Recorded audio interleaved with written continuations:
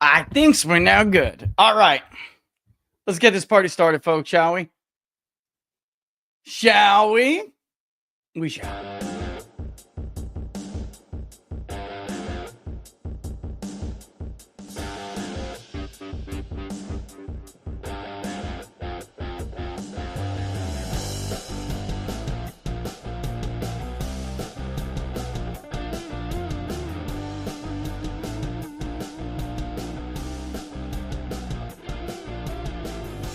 Thank you for the correct clip. Thank you. No more Trump with the world today. Although we'll be talking about that quite a bit.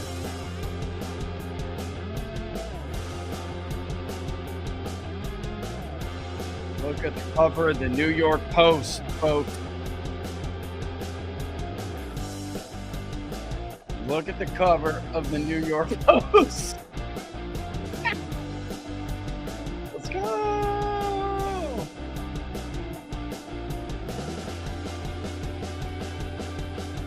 Running some Sims.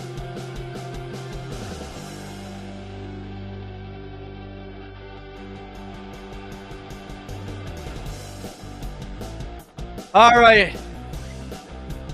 Welcome to Inside the Numbers. This is so great. If I knew how to pick books at the proper time, you might think I would. I'm getting lucky here a little bit anyway. At least some of it is a bit lucky. Thanks for watching Inside the Numbers with the People's Pundit. If you like the videos, don't forget to like them and share them far and wide. It is a very brisk and very cold Wednesday. A lot of you probably have snow. We're pretty excited. It looks like we may get some. Not today, but it's coming. I'm keeping my fingers crossed because when it doesn't come, it ends up just being a bunch of sleet and ice, and that always stinks, you know. And of course, where I am, it's not like if you were raised in the North and you were raised in an area where you have to worry about winter weather, the Midwest, right? Then you're used to it and you know how to deal with it. But if you're in parts of the country, even in Virginia, in some parts of Virginia, they have meltdowns when it starts to snow because they really don't know what to do. And everything closes, everything's shut down. It's most definitely like that here, although they can take a hurricane like nobody's business. All right, but it's very cold out today, so excuse no suit. Forget that. All right, there's a lot to talk about. Again, don't forget, if you like the videos, don't forget to like them and share them far and wide. It is Wednesday, so guess what, Rumble? I saw the comment. What's up to you, too? Guess what? Yes, it is Savage Wednesday and 5 p.m. Eastern Standard Time. Do not miss Battleground Live with Sean Parnell because the return of Savage Wednesday 2025 starts tonight.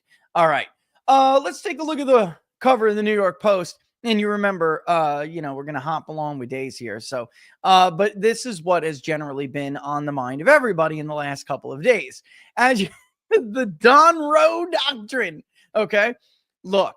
Trump has sent the elites and the ruling class over the edge here, folks, when it comes to his talk about annexations abroad, Canada, of course, Greenland, the Panama Canal. We're going to break it all down. If again, if you are a member of Locals, a supporter on Locals, you should absolutely be on the book club.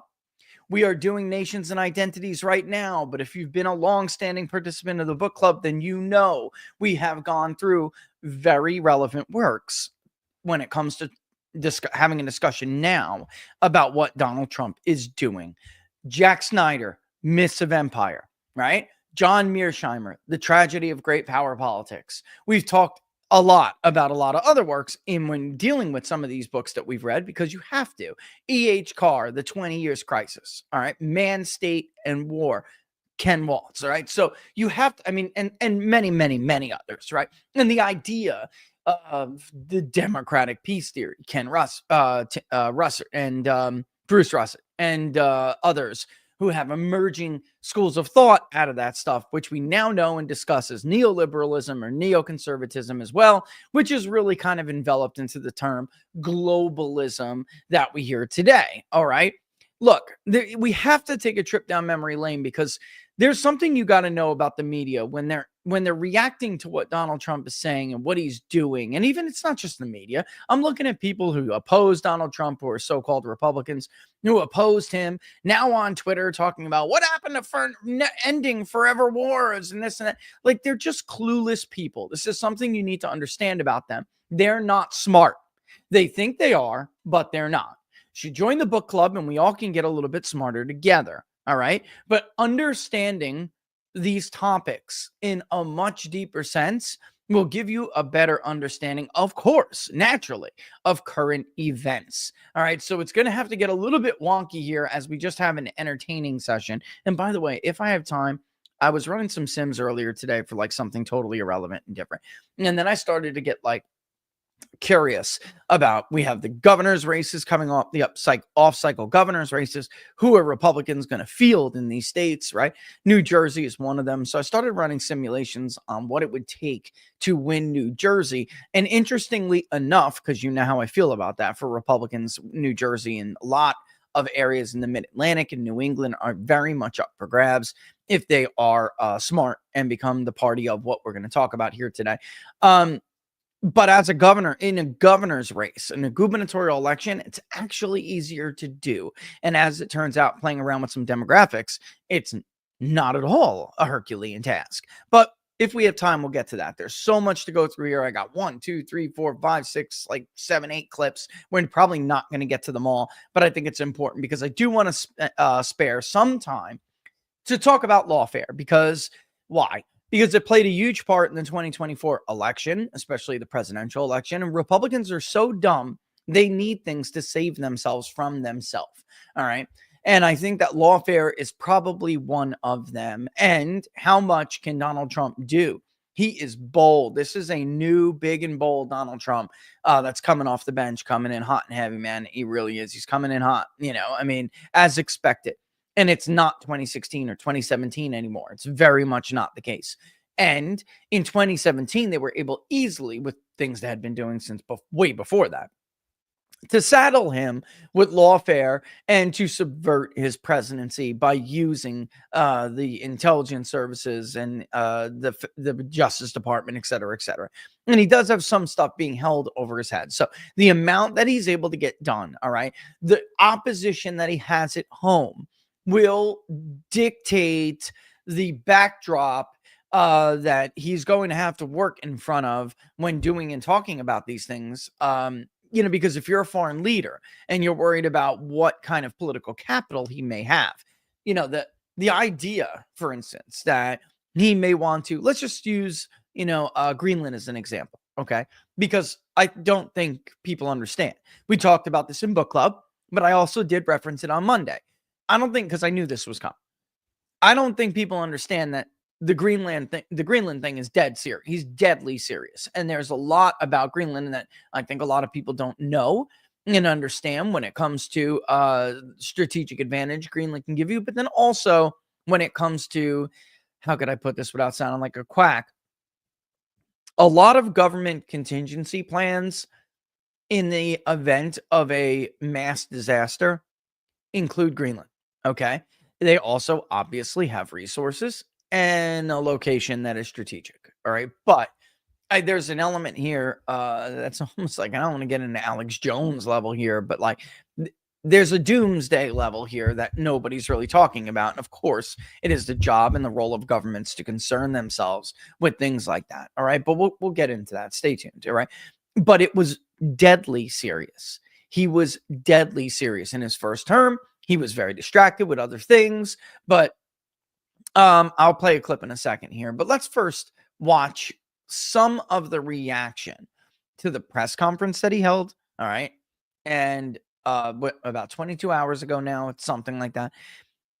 And they lost their minds. They really did. First of all, the president, or, former and soon to be president, again, the 45th and soon to be 47th, he probably gave a press conference that was longer than anything we had seen during the Biden administration, even when you have somebody precede and come after, actually. I mean, you could A whole shebang. There hasn't been a single press event in the Biden administration that rivaled what Donald Trump did basically on his own less than 24 hours ago. All right. Why does that matter? He threw so much at them. And I said before, the media is dumb, and that's something you have to understand. And they are. The vast majority of them are stupid, and they think they're smart, and that's a very dangerous person. But it's also the fact that they are lazy. They are extremely lazy, and they are not learned. All right. As much as they think they are, they're not. And now they're having all of this information thrown at them, and they don't have the knowledge beforehand. They did not have the knowledge beforehand to deal with it. And they're sure as hell not going to go and research it in order to try to make like sense of the world around them and what's going on and what Donald Trump is doing. So instead, you're just going to see these unhinged reactions. Okay. And I got a couple of them to show you right now. All right. Obviously, Trump supporters know and understand what he's doing. The vast majority of them do. But the rest of these people do not. And that includes people who opposed him in the primary or opposed him through their support of another candidate in the primary. They still don't get it. And we're going to play some clips that are very good examples of this. And then we're going to throw in what is really happening here. And just to give you a teaser, Donald Trump, as it says in the teaser, is about to give all of these people a dose of realism.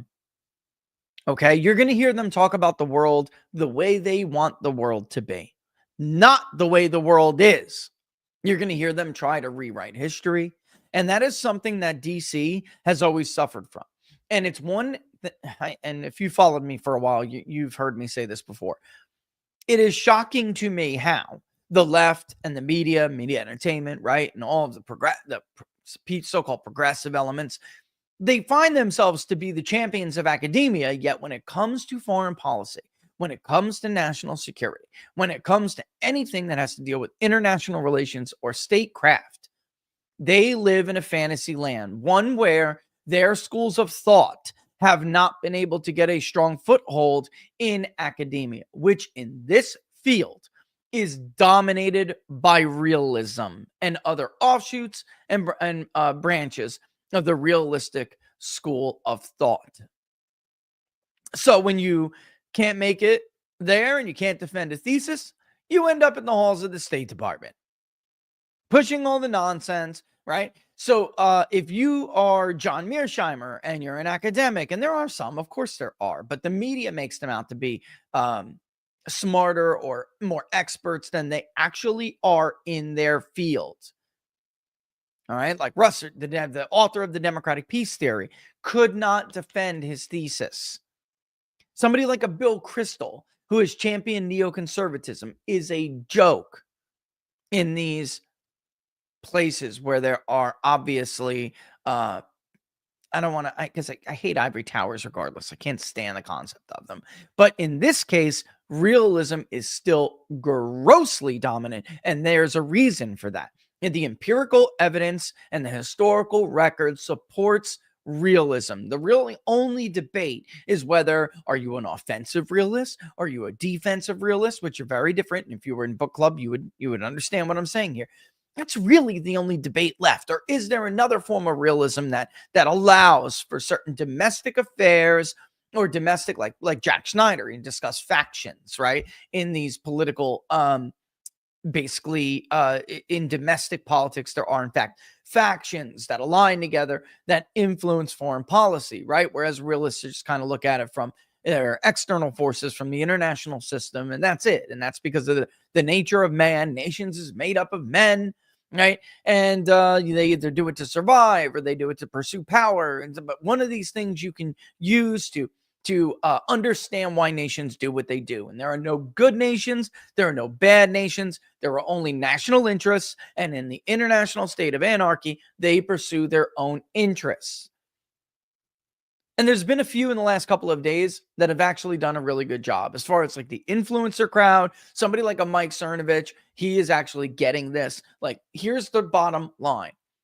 All you're hearing is he can't do that. He can't do this. Trump can do whatever he wants. Other American presidents could do whatever they wanted. The reason they don't is because they are beholden to special interests. And the way Donald Trump is going about it is very different than how any of them would go about any kind of like, and I don't want to say expansionism, because he's not talking about it for the sake of expansion. And he's not overextending. He's not, considering overextending, which is all terms you would be familiar with in book club, because he's not, look, let me let you in on a little secret. He's not going to use the military to do it, but he's not going to rule out the use of the military to do it, because that's called leverage. You need to use the threat of force as coercion to get what you want in the international system. It's not, how could I put this? It's not his way to overextend with the use of military, but he's not going to rule out doing it because that would be stupid, like other presidents do.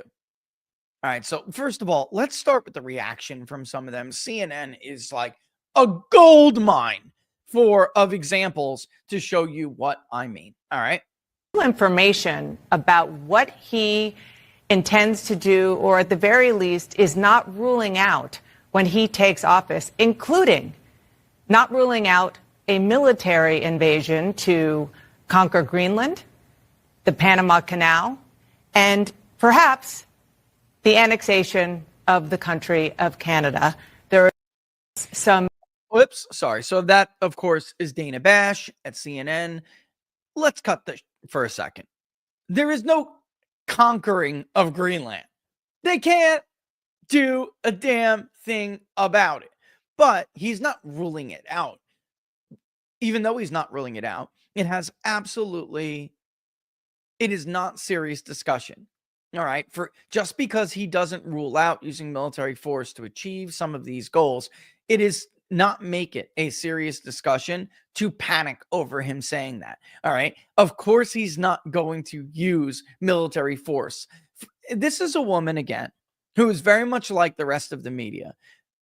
Tell me something, Dana. What installation does the United States have in Greenland, and why would it be vital to the national security of the United States? Which branch of service has an installation there? She's an idiot and couldn't tell you. The United States doesn't have to conquer Greenland. They are already there. All right. And I don't think people understand that was what was serious were conversations during the first Trump administration about acquiring Greenland for purposes. Would they make it a 51st state and run around, guys? No. Come on. That's not what he's talking about here. And we'll get to that. We did start to dip into this on Monday a little bit. It would be absolutely stupid for an American president who is a Republican to bring any of these countries into the United States and make them a 51st or 52nd state in the case if there were two. It would be stupid to do that, just as it would be stupid to allow Washington, D.C. to become a state, or to give Puerto Rico, who really doesn't even want it, statehood. Because, of course, those would be nothing but electoral college votes for liberals. These are socially and even economically left-wing countries, with the exception of a few in Canada. Which I cannot grab that clip. Provinces. I don't think I did. Oh my goodness, what was I doing? Okay. I did miss one. We have so many. I guess it really doesn't matter, but you may notice, obviously, and I'm not going to give it away yet, some areas of Canada are obviously much, much more willing to talk to Donald Trump about what he really wants, which is different trade situations, right? So yeah, I did forget him. If you could, it's the premier, if that's possible. It's probably too long. If it's too long, just forget it. We'll go over. I'll mention it and we'll go on. It's the premier of Ontario. Now, if you wanted to do that, like I joked on Monday, that would be a smart move for a Republican, because of course they're all right wing over there. All right. It's just the rest of the country that is not. Look, and then here's another one. It's a great example because we got a lot of rewriting of history. All right. You have like panicking over him saying he's going to do these things, right? And they still don't understand the little something called coercion and the threat of force, right? Even though you're not going to do it. All right. And I don't want to say it like that because I don't want to like talk like we're letting the cat out of the bag, but Trump supporters know what he's doing. It's everybody else who really does not. And it's stunning to me after God now.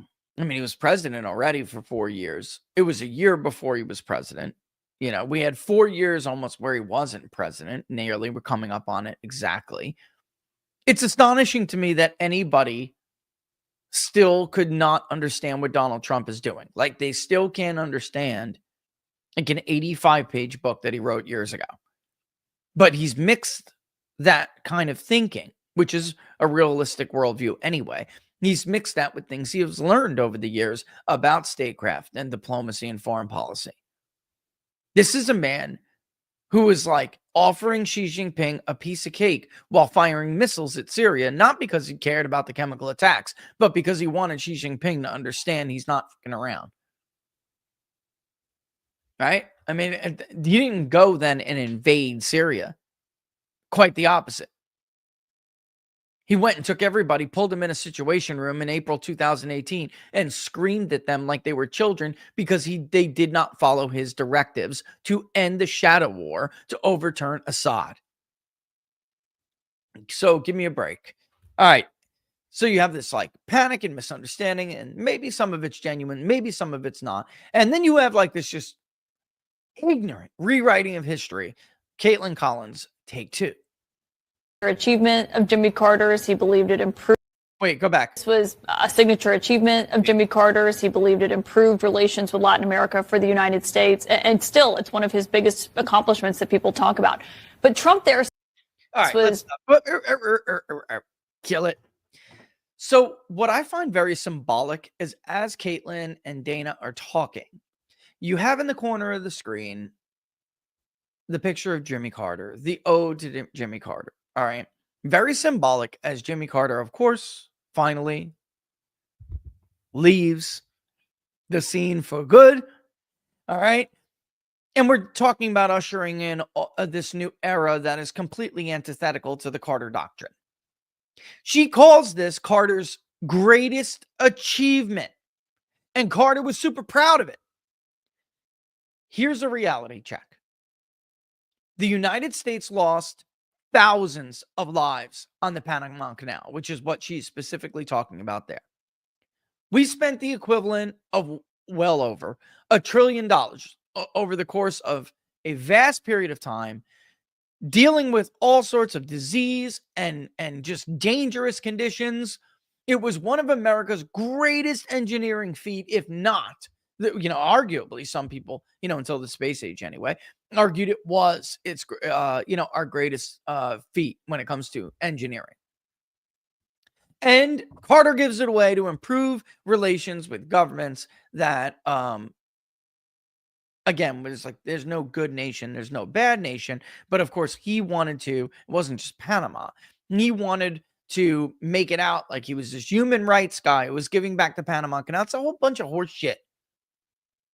He was using bad people to get what he wanted so he could deal with other bad people in the world, all the while making himself feel morally superior about it. The giving away of the Panama Canal was one of Ronald Reagan's biggest talking points. He slammed him repeatedly. It was grossly unpopular at the time to give away the Panama Canal. Americans hated it. They thought it was weak and they thought it was a blight. They thought it was giving us our own black eye.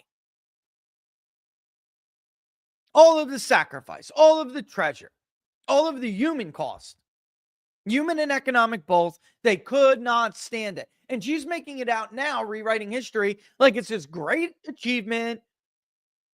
Giving away something is not an achievement, by the way. Carter didn't do shit.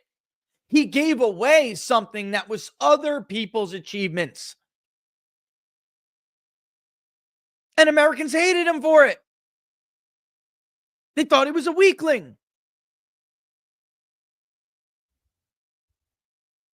I mean, my God, did Reagan have to beat him any worse to make that abundantly clear?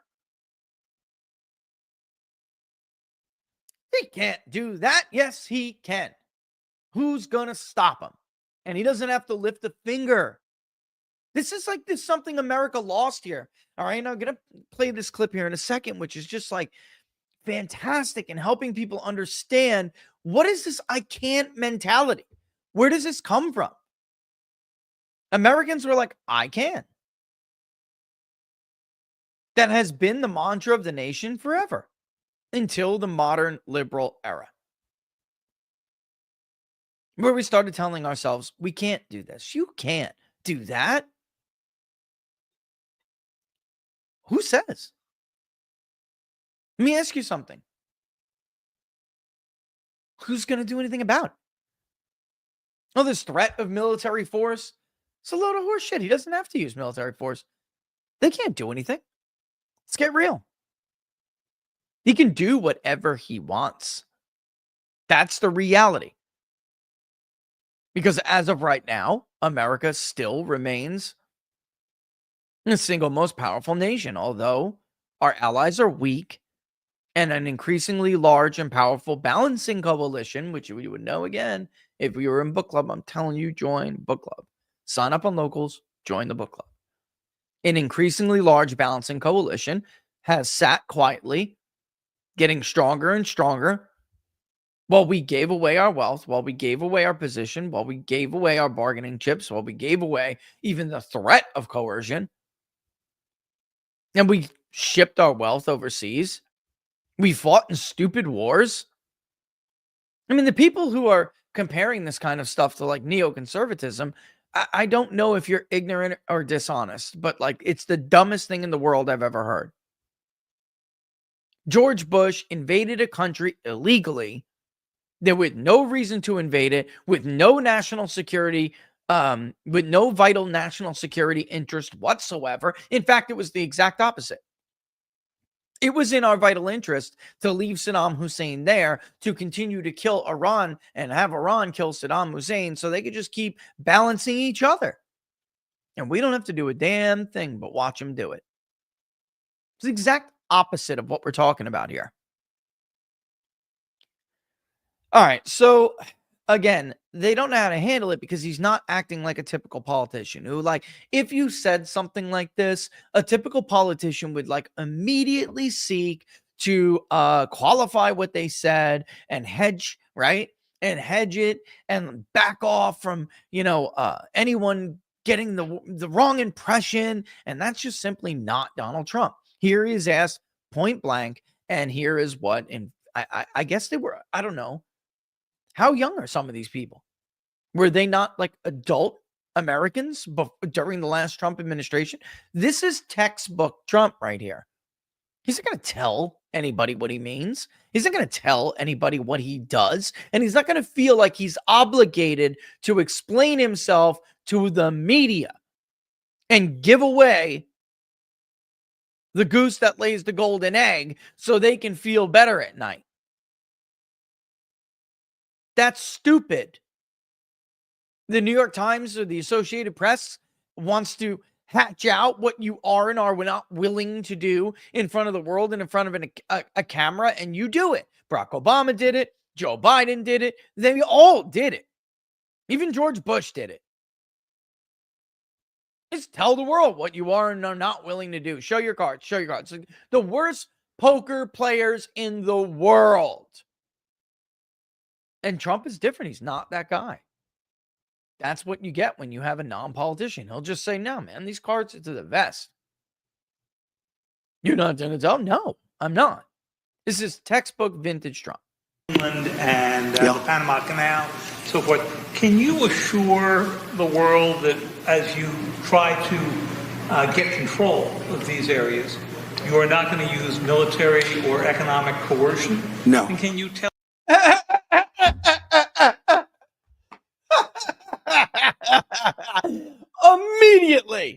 Immediately. He didn't pause. He didn't take a breath. He didn't ask for clarification. Immediately. No. Who the hell cares if you assure the world? That defeats the entire point. You don't want to assure the world. You want to scare the dog, you know what, out of them. No. funny, dude. They're not used to that because, of course, they're used to dealing with people who really don't mean what they say. They're paper tigers. They're not going to pull any triggers. Not unless their friends in the military industrial complex give them the rubber stamp, give them the okay. Not Trump, man. He's like, I'm not telling you. Who the hell do you think you are? Not only that, it's entirely the point. I don't want the world to feel assured. That's not how the international system works.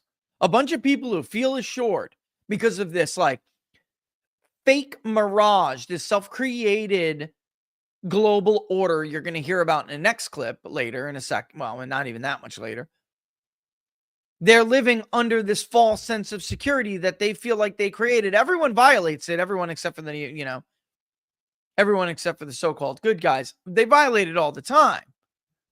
But they feel like it's their job or something to make sure the world understands that they're going to adhere to norms, right? None of that exists. And not in the same way like we're talking about with nations and nationalism. Like, this concept, is it imagined? Is it not imagined? Right? Because even though it is, or if it is, let's say that I don't want to give anything away. If it is, it's still very real and the world operates that way. In this case, it's not. It has been nothing but, I can't even say a creation. It's been a fantasy of neoliberals and neocons, but the world doesn't actually operate that way. States still pursue their own interests in the international system, regardless of their norms being in place, regardless of even their very concrete institutions, literally made of concrete stone. Their institutions, they're meaningless. They have no impact whatsoever. Nations are still going to pursue their own interests, which is what Donald Trump is trying to remind everybody here. And before I go on, again, the Trump doctrine, which he laid out, it's very clear. Principled realism, he called it. It's like a flavor. It's like, as Mearsheimer argued, it's hard to sell realism to Americans because they're inherently idealists, right? And they do want to see the world in terms of good and bad, right? Because they've been told they're the good ones. But that's not really how it is.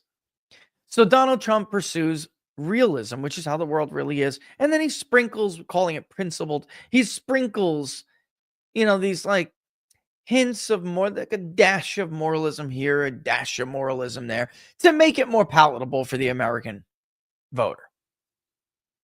But in truth, it doesn't do it at the expense of sacrificing the understanding of how the world really works.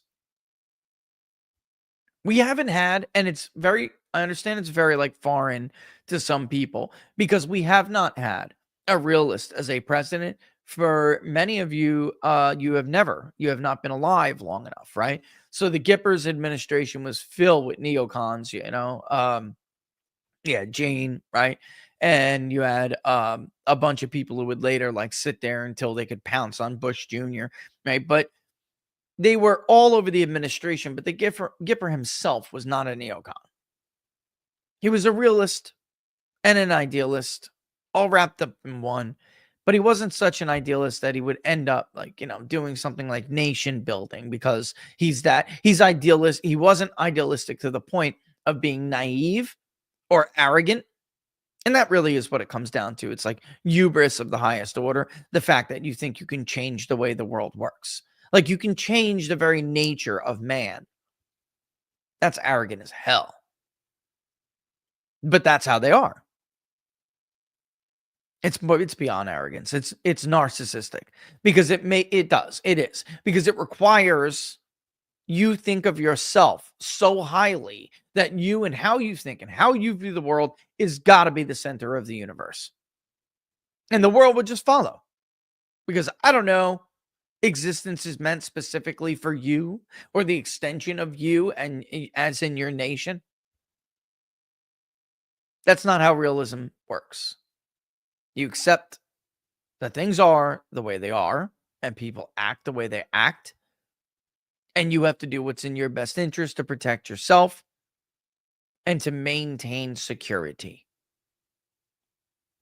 And sometimes that does look like expansion, but not at the expense of wasting military and economic wealth and crossing that threshold of overexpansion.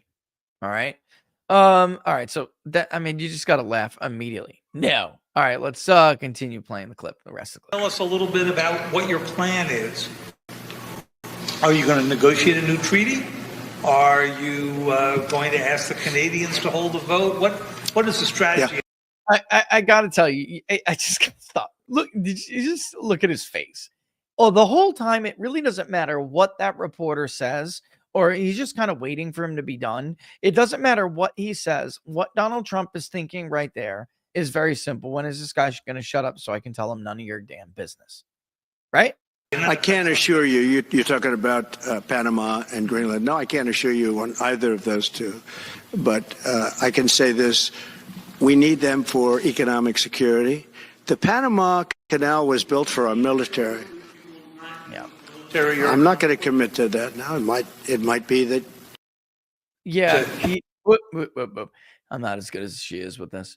He goes on to say it might be that we got to do that. Right? Come on. I mean, that's it. He's just not taking anything off the table. But he knows and they know. That's the truth, not the media. I'm talking about these nations. They know. Two things. One, they really couldn't do anything about it. And two, they can't survive without us. Canada is completely, if you look at the case of Canada, completely reliant on the United States for protection. If, and this is the only reason why you'd ever want to acquire Canada in the first place, along with Greenland, but it's Canada specific for a second, is to put pressure on Russia and let Russia know that it is in their interest to align with us instead of against us when it comes to China. Influence would grow in the Arctic, obviously, which is important to all these governments for reasons beyond, I think, any of our full understanding. But it is. And it would cause Russia to second guess and to rethink what their plan has been since this country got on a Russia-phobia kick 10 years ago. Which is to say, if you're Vladimir Putin, typically you would look, and Mearsheimer argues this a lot, typically you would look, if you were Vladimir Putin, at the world around you, and you would say, China's in our sphere. They are actually the threat. They're the immediate threat. The United States is way over there. They're what's called an insulated power, just like Great Britain. They're surrounded by either friendlies or big bodies of water that make the projection of power from another nation incredibly difficult to be able to work their will in that hemisphere by military force. But that's not how it's been for Russia in the last almost decade or so, because this country, because of the political agendas of people from people at home, right? That is to say, Democrats and rhinos.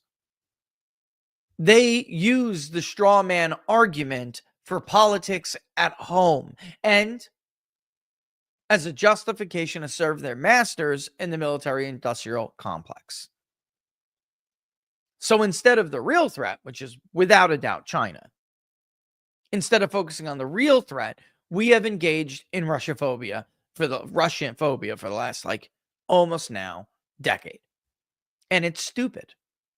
The play is to at least have friendly relations to some degree with the, again, being realistic. Obviously, Vladimir Putin is not a good guy. All right. But guess what?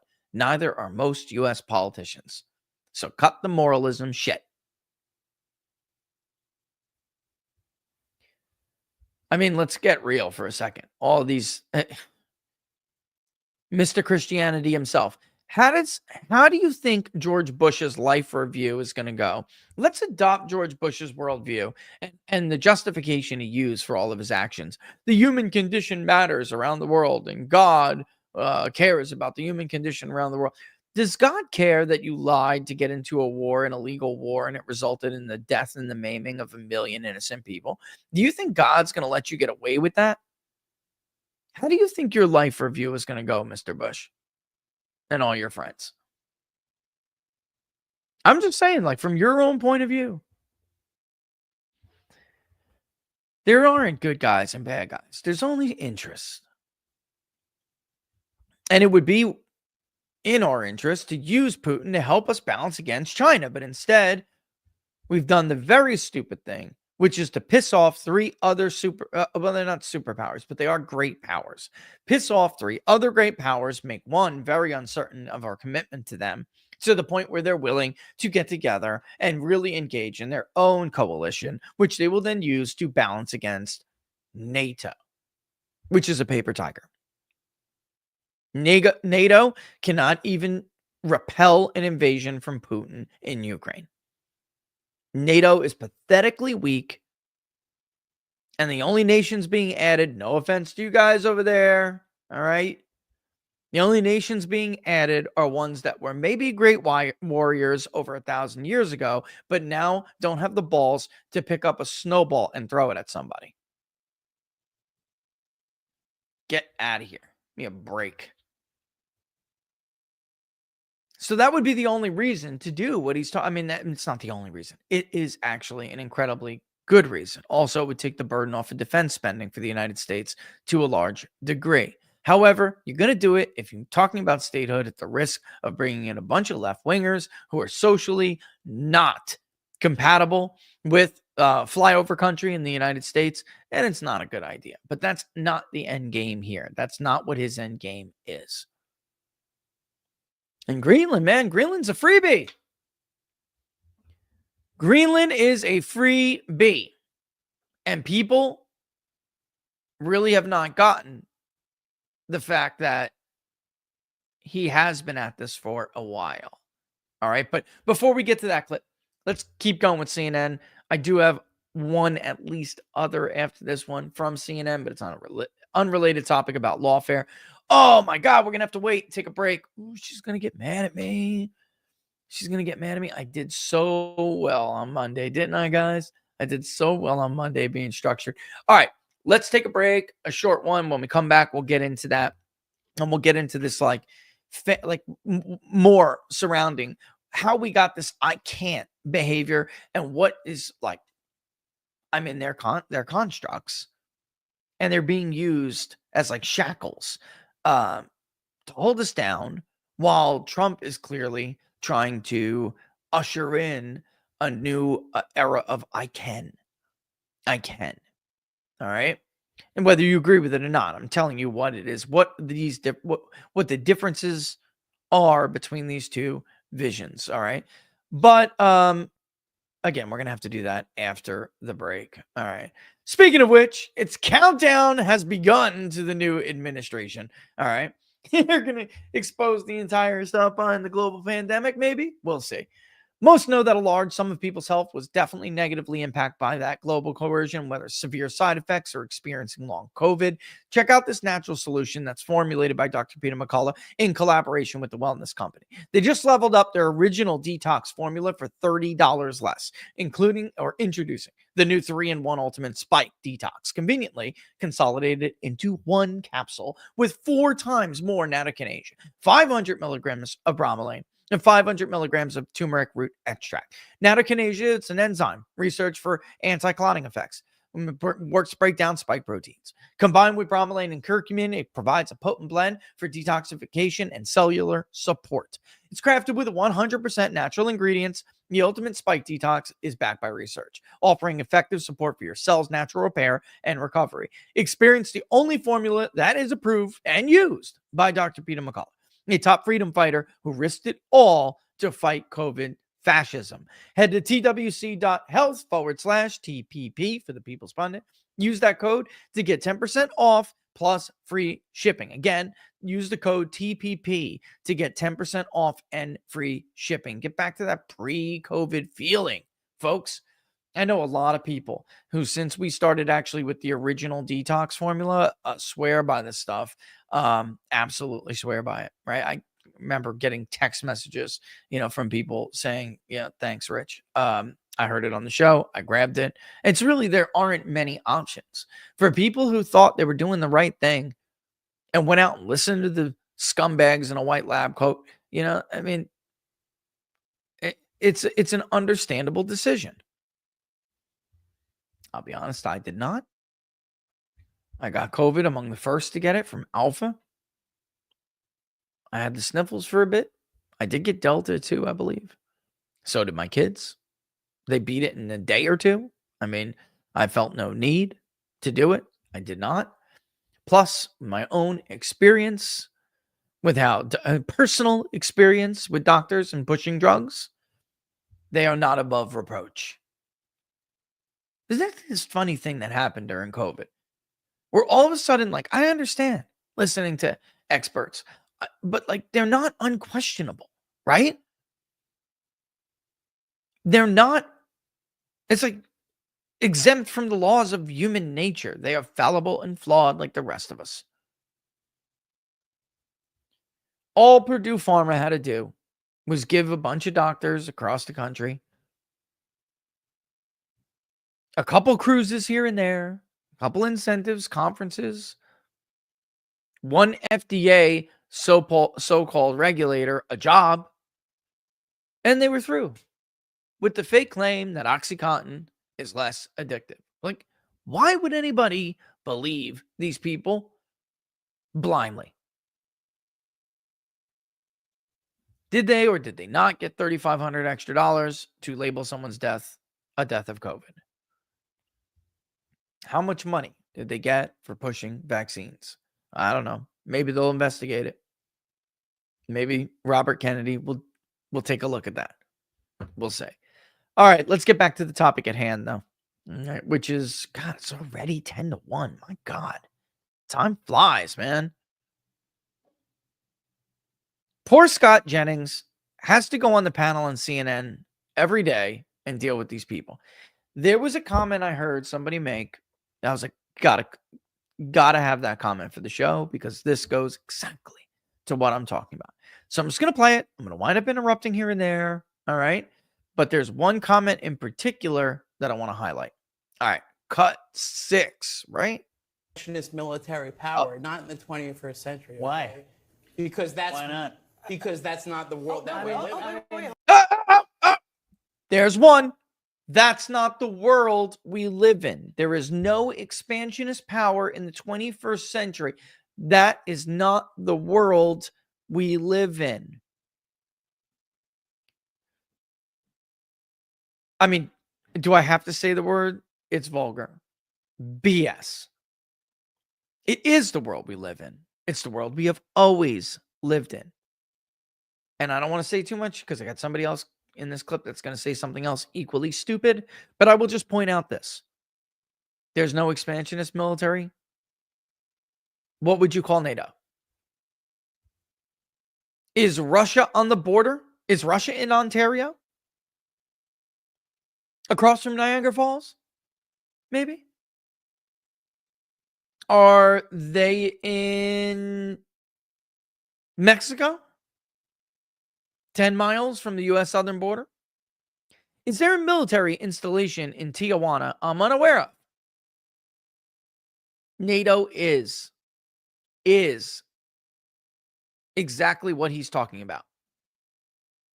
The troops used for the spring counteroffensive that got annihilated were trained at a NATO facility. Of course. Duh. It is NATO who broke the 2005 and 8 agreement with the Russians to not use Ukraine as a satellite state and to not have a Western bulwark on the border of Eastern Europe, on Russia. They are exactly what What is he talking about? The Chinese don't use military force to oppress Tibetans and others?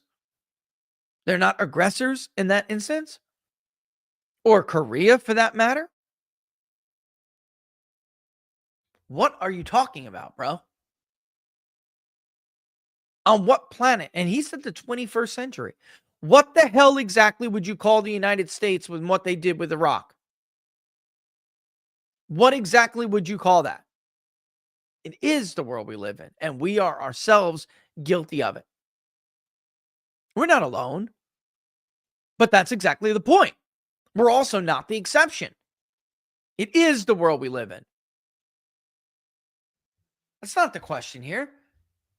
The question is, since states are going to pursue their own interests and definitely pursue what they view to be vital national security interests, and by the way, the United States is not alone in thinking having control over Greenland is a vital national security interest.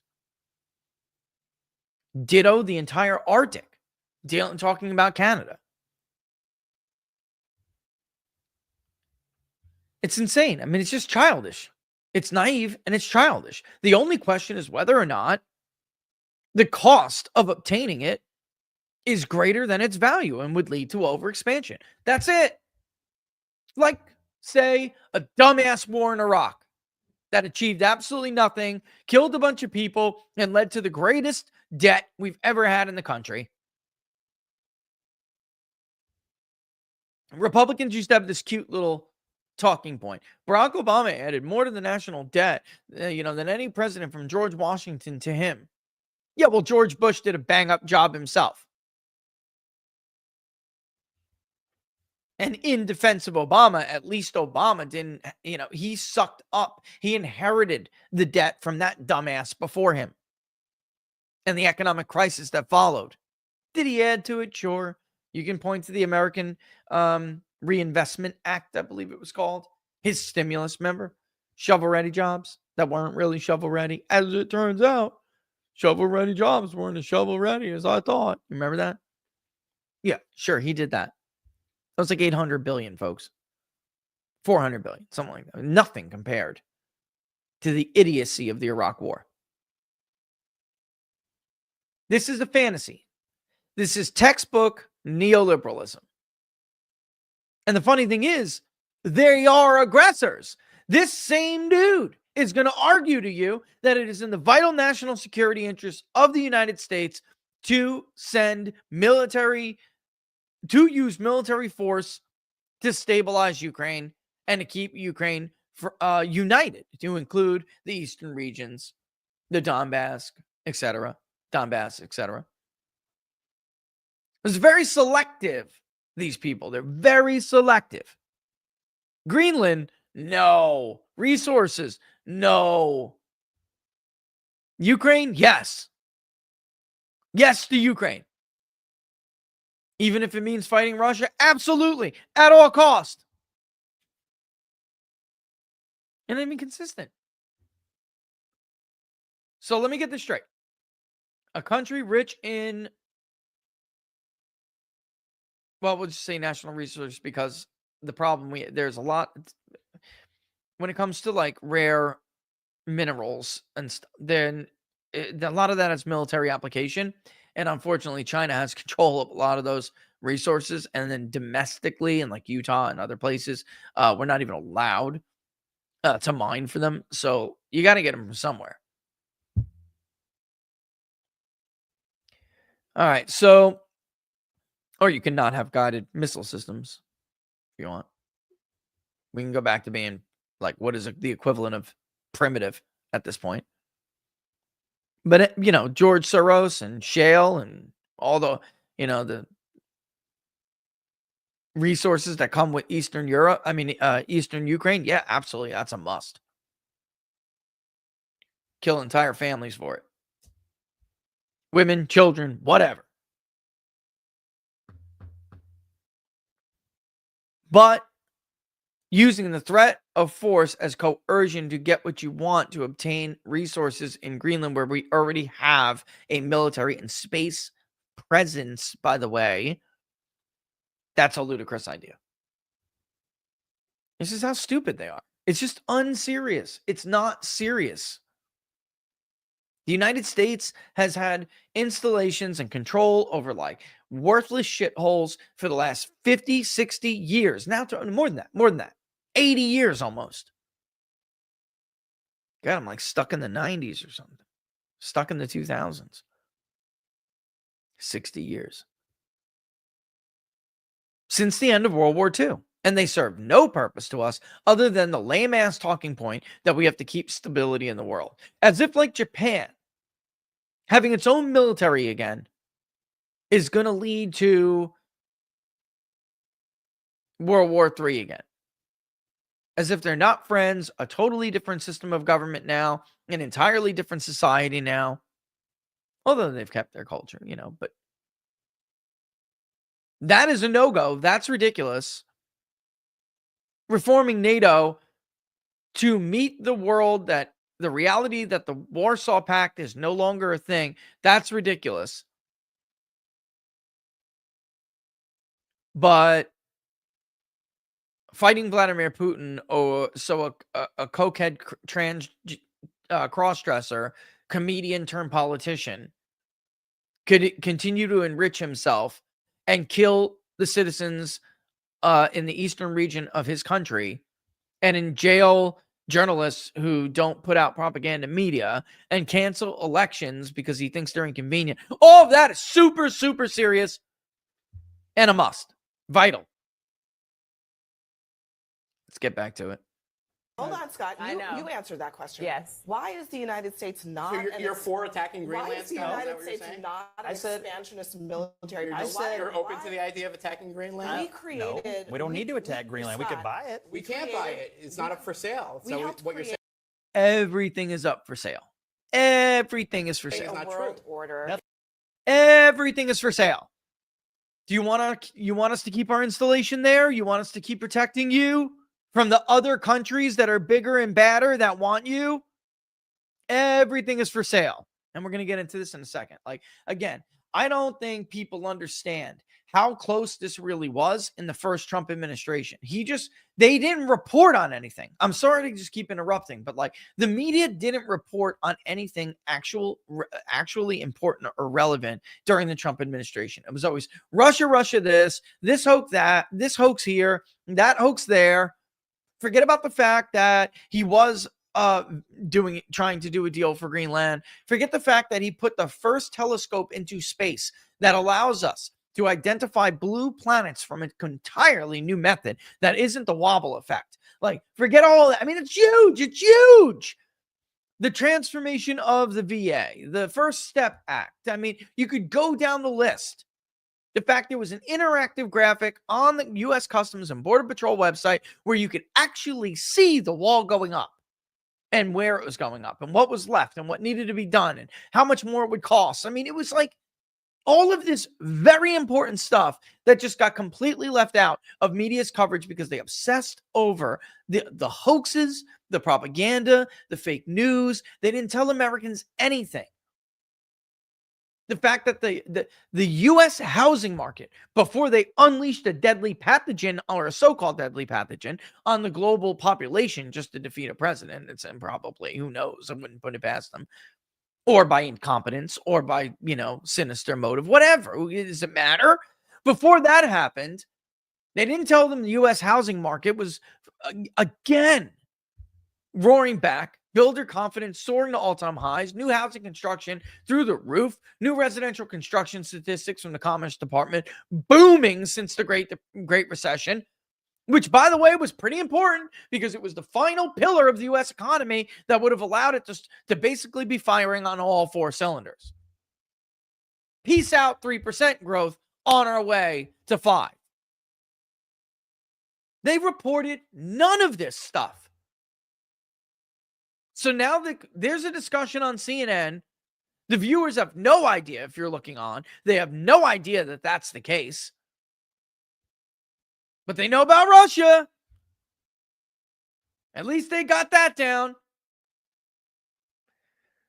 I'll try to keep the interrupting to a minimum from here on. Everything's not for sale until Hang it on, is. Scott. We helped create a world order in which we said you cannot just decide you want that country and then take your military and go into that country and take it. Okay? That's it. That's the comment.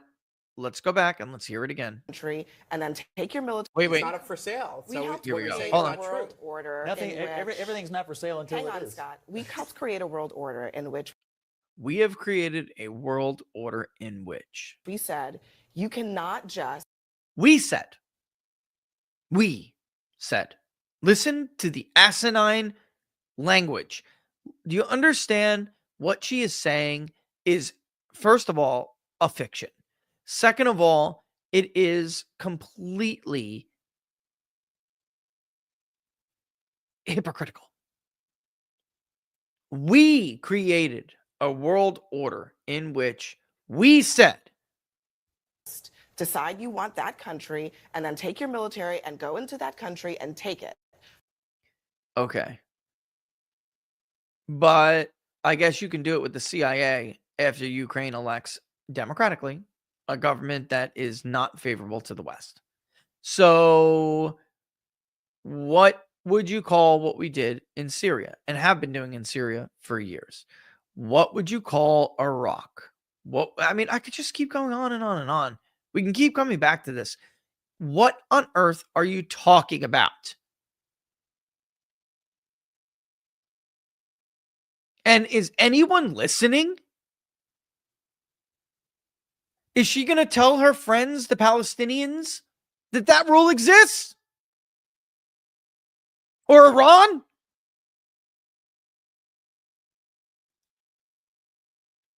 Is that not exactly what they got the Arab world to do to the Jews? They failed. When did we create this world order? She doesn't know. Because what she's talking about is a dream that has existed since the end of the Second World War. A fantasy. And because it's an institution with no teeth, it's never worked. The world has always been like that. And unfortunately, until we figure out something new, because their answer isn't it. Neoliberalism isn't it. Globalism is not it. Neoconservatism is not it. So until we figure out something that is it, the world will be like that for the foreseeable future.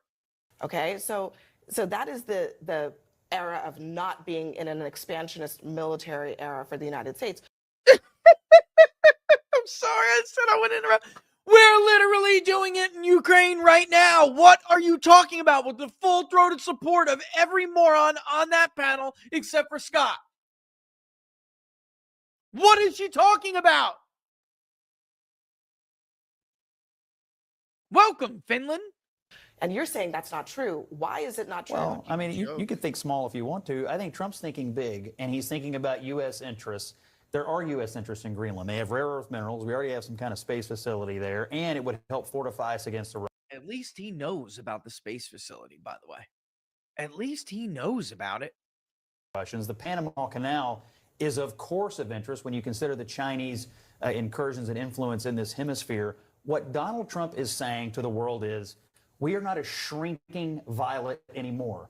We are the United States of America. We are the preeminent superpower. And reporters keep asking him to rule things out and take things off the table. And it would be the height of stupidity to do so. Bing, bing, bing, bing. Somebody give the guy the stuffed animal of his choice. Holy crap. Exactly right, Scott. Exactly right. Why on earth would he do it? That's stupid. But of course he doesn't have to do it. So can we just have a serious discussion for once? Without all that, I swear it's like these guys and these girls in the media, they never got out of high school or something. Like, oh my God. Did you hear what Donald Trump said at the press conference? He's totally crazy. Now or to anything else before he takes office, why would he tell the rest of the world what he may or may Well, not do. here's one to it. reason why. Let me play what he said. This was speaking about Putin's invasion of Ukraine and describing it in incredibly favorable terms. Listen. Oh my God. A big part of the problem was Russia for many, many years, long before Putin said you could never have NATO involved with Ukraine. Now, they've said that that's been like written in stone. And somewhere along the line, Biden said, no, they should be able to join NATO. Well, then Russia has somebody right on their doorstep, and I could understand their feeling about that. Very favorable terms. Is that very, I mean, But there were a lot of mistakes made in that negotiation. is there, yeah, he goes on to just lament the mistakes made. Are those, did he speak about them in very favorable terms, or was he talking about them in through the lens of someone who looks at what likes? Was he speaking about those events and Putin's decision as someone who sees the world through the lens of realism? Again, nobody turns and asks these people, would the United States allow Russia to park their ass in Ontario? What if Russia had the FSB conduct a coup to overturn the government of Ontario, who then would declare themselves to be separate completely? And they're favorable. They turn in essentially to a satellite state of Russia.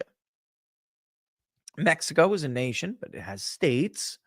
What if bordering two states in Mexico, close to Texas, decided that they are going to split away from Mexico, and from now on, they're going to be a Russian ally, and they effectively turn into a Russian satellite state? Would the United States tolerate that? What do you think she would say about it? What do you think she would advocate we do about it? Come on.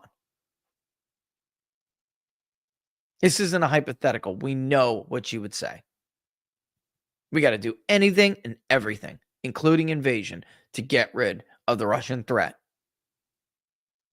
And then there's the added problem, since we're talking about aggressors here, of the fact of what she just completely sidestepped with the point Donald Trump was making, which is, he said it's written in stone. He's talking about the agreement, the Minsk agreement.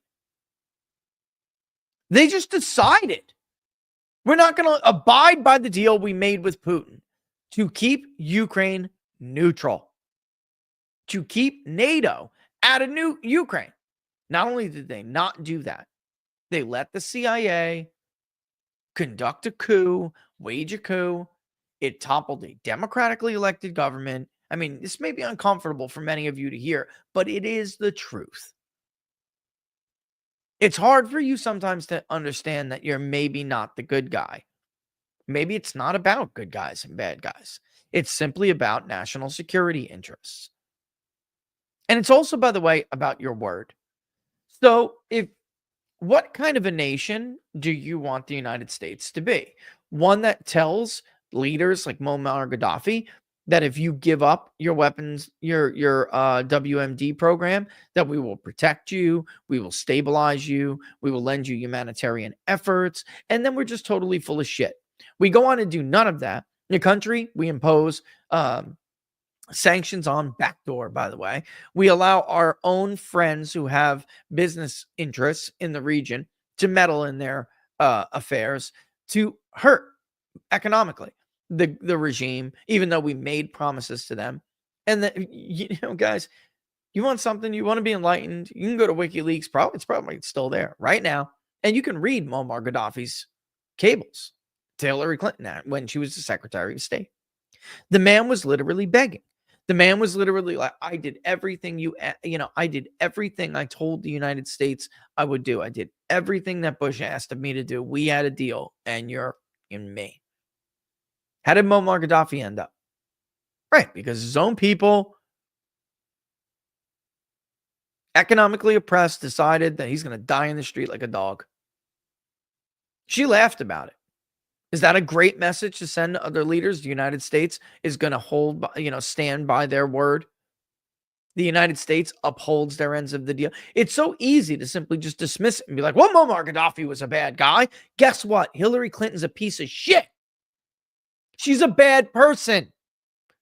It doesn't matter. We're not talking about good or bad people. It's statecraft. It's not the freaking kindergarten recess hour. Wake up. Grow up. You told the man he's the leader of a great power, one of the largest by geography and the strongest in the region. You told the man we had a deal. You lied.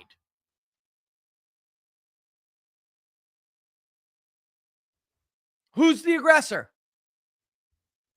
Again, so my question about that little discussion is, what the hell is she talking about?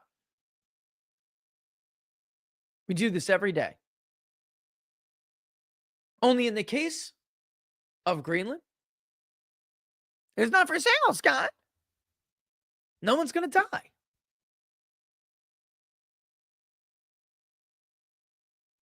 With their crusades, their hypocrite crusades,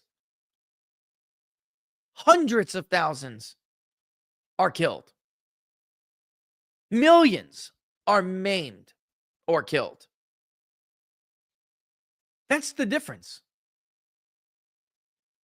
So will he take, why would you take it off? Why would he not take off? Oh, then Rich, why doesn't he just say he's not going to hurt anybody?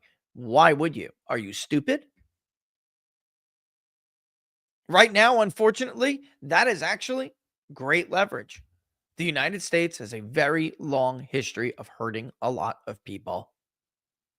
So he's using it to his advantage right now. Oh, the U.S. wouldn't do that. Really? I don't think he has any intention of doing it. But of course, he's going to take it off the table. Donald Trump hates war. Hates it. Hates it. Can't stand it. Has argued against all of these idiotic overexpansions through the use of force for 20 plus years. 20 plus years. I don't think he's suddenly going to nuke someone over Greenland. Get serious. Speaking of serious, it's 1:14. Speaking of serious, like I said, he was deadly serious about Greenland. And when we come back from this break, we're going to talk about it. You know what, Laura? In fact, I'm about to do this actually right now. And I just remembered, I'm like, why? I'm feeling a little off. And I know I'm feeling a little off. I did not have yet my healthy dose twice a day, if you can, once a day at least, of Field of Greens. They finally got rid of the Christmas thing, which is great. But look, you know what? I'm trying to eat healthy. I don't like New Year's resolutions. I like the concept of just doing what's best for you, because that's what's best for you. You just make set goals, and you shouldn't need a day in order to accomplish those goals. You should set them all throughout the year. And without a doubt, I go off the rails during the holidays, as most people do, but I try to eat healthy. I'm human. Occasionally, I fall off the healthy eating wagon. Yeah, I should, and so should you. Eat 5 servings of fruits and veggies every day. But nope, ain't going to happen always, folks. Just not. You could cheat, here and there, which I did the other day. I had a piece of a blueberry donut from Dunkin' Donuts. Not good. I fell off the healthy eating wagon, and so I'm sure do you. And even when I mess up my diet and nutrition, Field of Greens keeps me back on the healthy track. What's the point of supplements or green drinks if you aren't 100% confident they'll improve your health? Well, that's Field of Greens is radically better. It's the only one that promises better health or your money back. You just enjoy a delicious glass of Field of Greens each day, and at your next checkup, your doctor will notice your improved health or your money back. By the way, Laura got this thing for us. It's like this little battery-operated stirrer. And man, Field of Greens tastes significantly better when it is stirred like that. I don't know why, but I figured that out recently. Anyway, you just enjoy a delicious glass of Field of Greens Act Day, and I'm telling you that's going to happen, or they will give you your money back. Each fruit and vegetable in Field of Greens was selected for a specific health benefit. There's a heart health group, a lungs and kidney, metabolism, even healthy weight loss. Now, I love the energy that I get from it. Everyone's a little bit different, but the better health promise is really the clincher for me. And if you're like me, you'll find out you absolutely won't need it. All right. So I got you a discount to get you started using the same code everywhere. It's the same code almost. TPP, the People's Pundit. Go to fieldofgreens.com. Use that promo code. That's fieldofgreens.com. And the promo code again is TPP. One drink a day, folks. That's all it takes. You will look and feel healthier, more energy, and your doctor will notice it or your money back. I love me my Field of Greens. There are different flavors, as you just saw. I can only speak for us. Laura likes the berry. My son usually he doesn't care. He's not picky at all. He even has the regular. I like the lemon lime. I personally just enjoy. I used to love lemon lime Gatorade back in the day. Lemon lime Gatorade it's like keep all your fancy flavors. Lemon lime's the way to go. It quenches my thirst more. And now I've just grown accustomed to it. All right. Back to Greenland. All right. And then I do want to save some time for the Lawfare angle of it because I really want to explain something. We did so much research that I don't want it to get lost on anyone. I don't want the significance of the results of that research. I don't want them to get lost. And I saw something the other day and I'm like, God, man. Right over everyone's head. And it matters going forward because, of course, we saw what happened with Judge Mearshon, and we'll get into all that, of course. Trump, by the way, did ask for a stay on that sentencing. Who do these people think they are? Now we know they were going to put him in jail for the rest of his life. It's a death sentence. Jail is tough on a young man. Man's in his 80s. It's a death sentence. Then they were going to do it. They still think they can do it. Save that for the final segment. I could try to get him on, and he'll tell you about this himself. In fact, I'm going to do that. I'm going to make a phone call, and maybe he'll feel like he isn't obligated to keep it a secret, and he will oblige us with the backstory because, of course, I do know him. But in this case, I'm going to play a clip of people talking about him. All right. And I know what he's talking. I know what he's saying is true. All right. And you're not going to see. This is why this show is doing so well, by the way. It did an incredible job before the election. It's doing an excellent job after the election. And this is why more and more Americans seek information from other sources other than these hysterical morons and simpletons like the ones we were just playing clips of on CNN. It's just more valuable. You're not going to hear this story unless you watch my show or you watch a show like this, which in this case is Sean Spicer on Two Way with Mark Halpern's Mark Halpern Show. This is what he said the other day about Greenland. All right. Sean, I'll start with you again on this just because you know Trump the best of all of us. What is he doing with Greenland? What is this actually about? It's a great question, Mark. Here's the thing. I had Eric Prince on my podcast last week, and Eric was telling me that they actually were a lot closer to striking. And that's who I'm talking about, Eric. They were a lot closer. He was telling Sean they were a lot closer to striking a deal than people thought. And that's what I'm talking about. I'm going to try. Maybe I'll make a phone call, get Eric on. I'll tell the story. Making a deal with Greenland in the first term that any of us ever knew. I was not aware of that. But they believe strategically that this is very important, that Greenland actually would rather have the defenses of the United States strategically against between Russia and China, that it actually makes a ton of sense. And the more I've looked into this, initially I thought this was just another one of these Canada kind of jokes about becoming a state. There is a real strategic advantage to striking an alliance. And so whether or not we take it is very different than whether or not we come to some kind of strategic alliance with them, which I think is actually very possible. Greenland is like Guam, and it's like Okinawa. Right. It's just a unique piece of real estate that has strategic for air and sea potentially. What do we have at that base? I'm sure we have planes. What do we have at the base in Greenland? Do we have any ships or subs? I don't believe so. All right, and how long has that base been there? How did we get a base on Greenland, Sean? I don't actually. The funny part about it is I've been to Guam multiple times. Yeah. But how did we get the base on Greenland? Dan, do you know I don't know. How did we get that base on Greenland, Dan?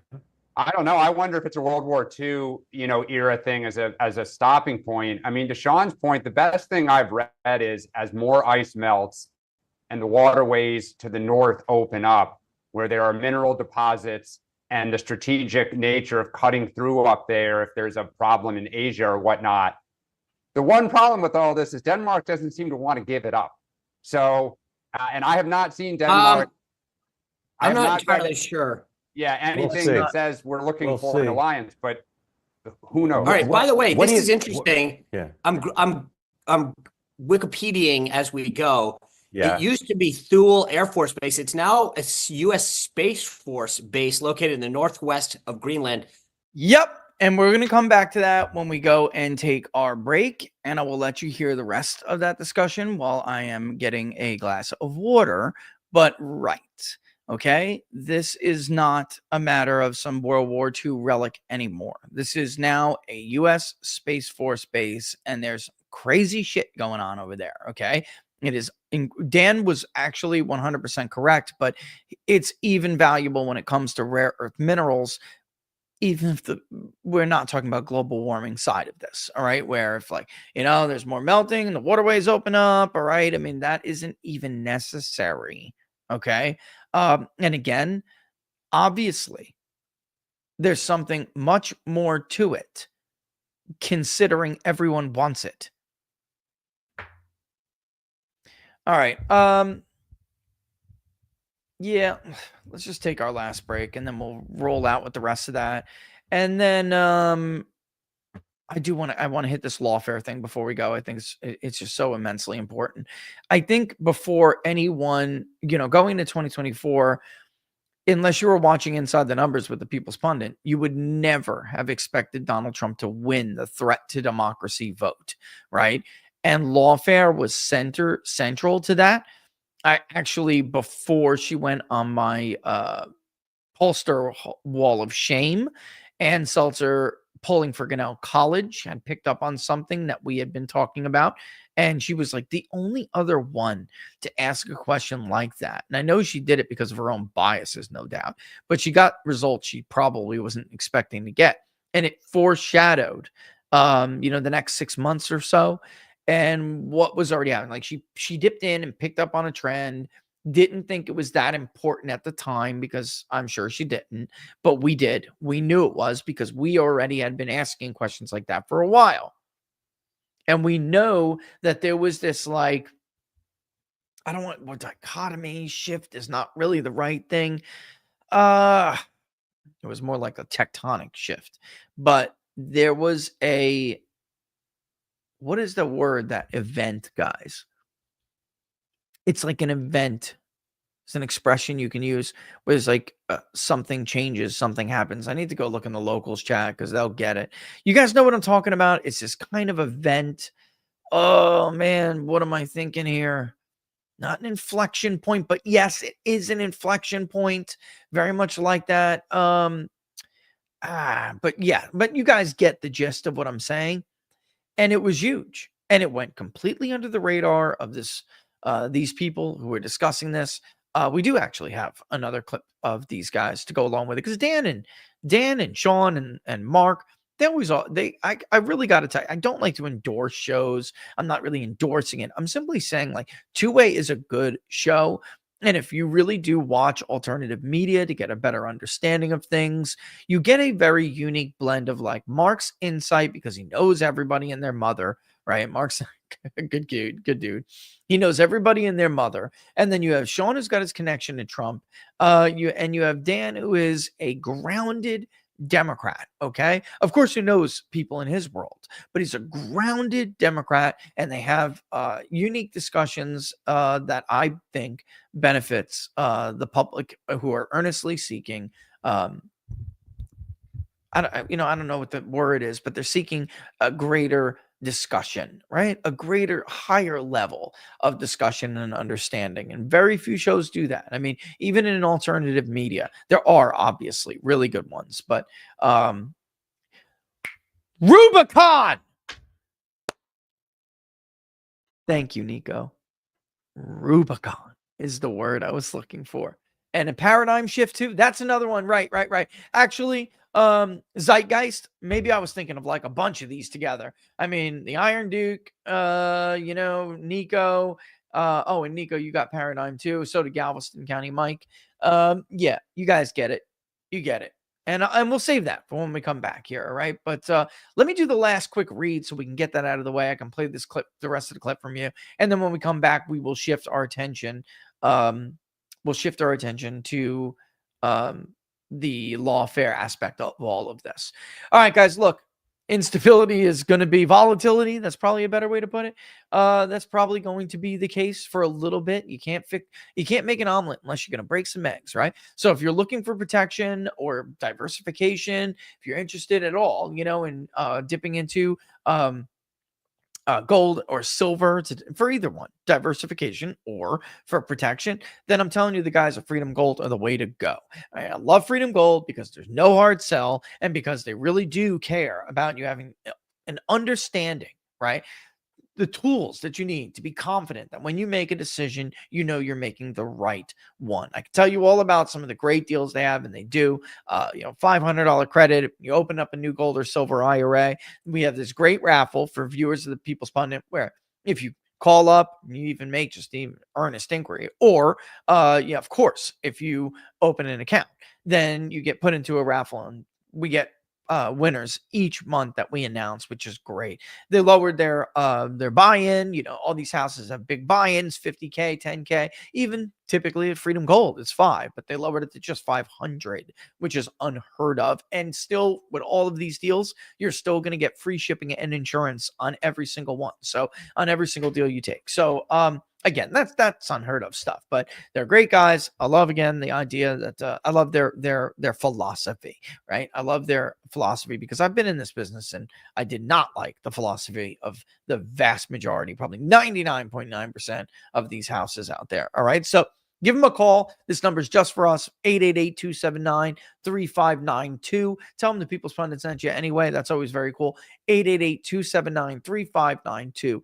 Or just go to freedomgoldusa.com/rich. That's freedomgoldusa.com/rich and find out all the greatest deals that you may qualify for. And again, we'll have some winners. I think I got to do the interview Saturday. We'll have some new winners for you guys with the raffle, which is always cool. And I'll play it at the end of the show or something. Okay. All right. Let's play the rest of this clip of them kicking back and forth Greenland. And while we're on a bit of a break here, and we'll be back in about, looks like a minute and 20 something seconds, something like that. All right. Stay tuned. You're watching Inside the Numbers with the People's Pundit. Don't forget, if you like the videos, to like them and share them far and wide. But of course, the best place to follow us is right here, peoplespundit.locals.com, peoplespundit.locals.com. And do not forget, if you are a supporter on Locals, if you can, you should attend the book club Sunday, 3 p.m. Eastern Standard Time, or at the very least, check out the videos, the archived videos of them that we upload after it is done on Sunday. Okay. And I try to get them up ASAP, like Sunday night, Monday. I try to get them up very quickly. This way you can, have time to watch them throughout the week. All right. Stay tuned, folks. We'll be back in a hot minute. It's only Space Force? Well, it was Air Force. And it was transferred to the space, which technically is it's kind of like, don't get upset with me, Marine Corps folks, but it's like the Marine Corps part of the Department of the Navy. Does the Air Force or the Space Force have ships? No. None. Not even support ships? The Army does. I don't think the Air Force does. Well, you don't know anything about what the Space Force does. You just think they have lasers like on a Warner Brothers cartoon. I think now that this might happen, I may be completely nuts, but my guess is, and I don't know if anybody's polled it, but I hope somebody does. If there's any pollsters on here, please throw it on your next survey. I bet you this tests very well. The notion of the US... hold on. I'm going to answer your question. Yeah, please To assist with port operations, it is home to the only tugboat in the Department of the Air Force. In the summertime, a 70-foot one tugboat escorts fuel tankers and cargo ships and aligns them with the pier and moves iceberg out of the way. The tugboat is also used for sightseeing tours in surrounding bays. I would love a poll of the American public opinion about what's that called? A divine... what's it called? American expansionism, whatever. Oh, that thing is Manifest called. Destiny? Manifest Destiny. Come bet on, Americans Mark. would love this. That's my Manifest hunch. Destiny. And I would love a poll of the people in Greenland because, like, I got mean, you, no offense Mark. to Denmark. Would they rather be part, not just for security, but culturally? You could do it in terms of tourism. Like, we'll see. I bet Don Jr. sends back some great stuff. That's my. So maybe DC gets 2 senators and Greenland gets 2 No, senators. DC should never ever have 2 senators. They become a protectorate or some. Okay, Yeah. like Puerto Rico. Like that. But I, in all seriousness, I Puerto think Rico's that by the end of Trump's first term, I'm not done getting my coffee yet, but somebody tell Mark that I could do that. I could do that. I could also do America, and I think maybe we should, and see whether or not Americans think they're on board for this. there is some sort of strategic alliance or greater military enhancement, and you know, whether Guam's the right or American Samoa, because they're all a little different in terms of the relationship. But I wouldn't be surprised if it is somewhat of a protectorate. Yeah. Yeah. All right, ladies and gentlemen, you won't see this anywhere else. 201, please.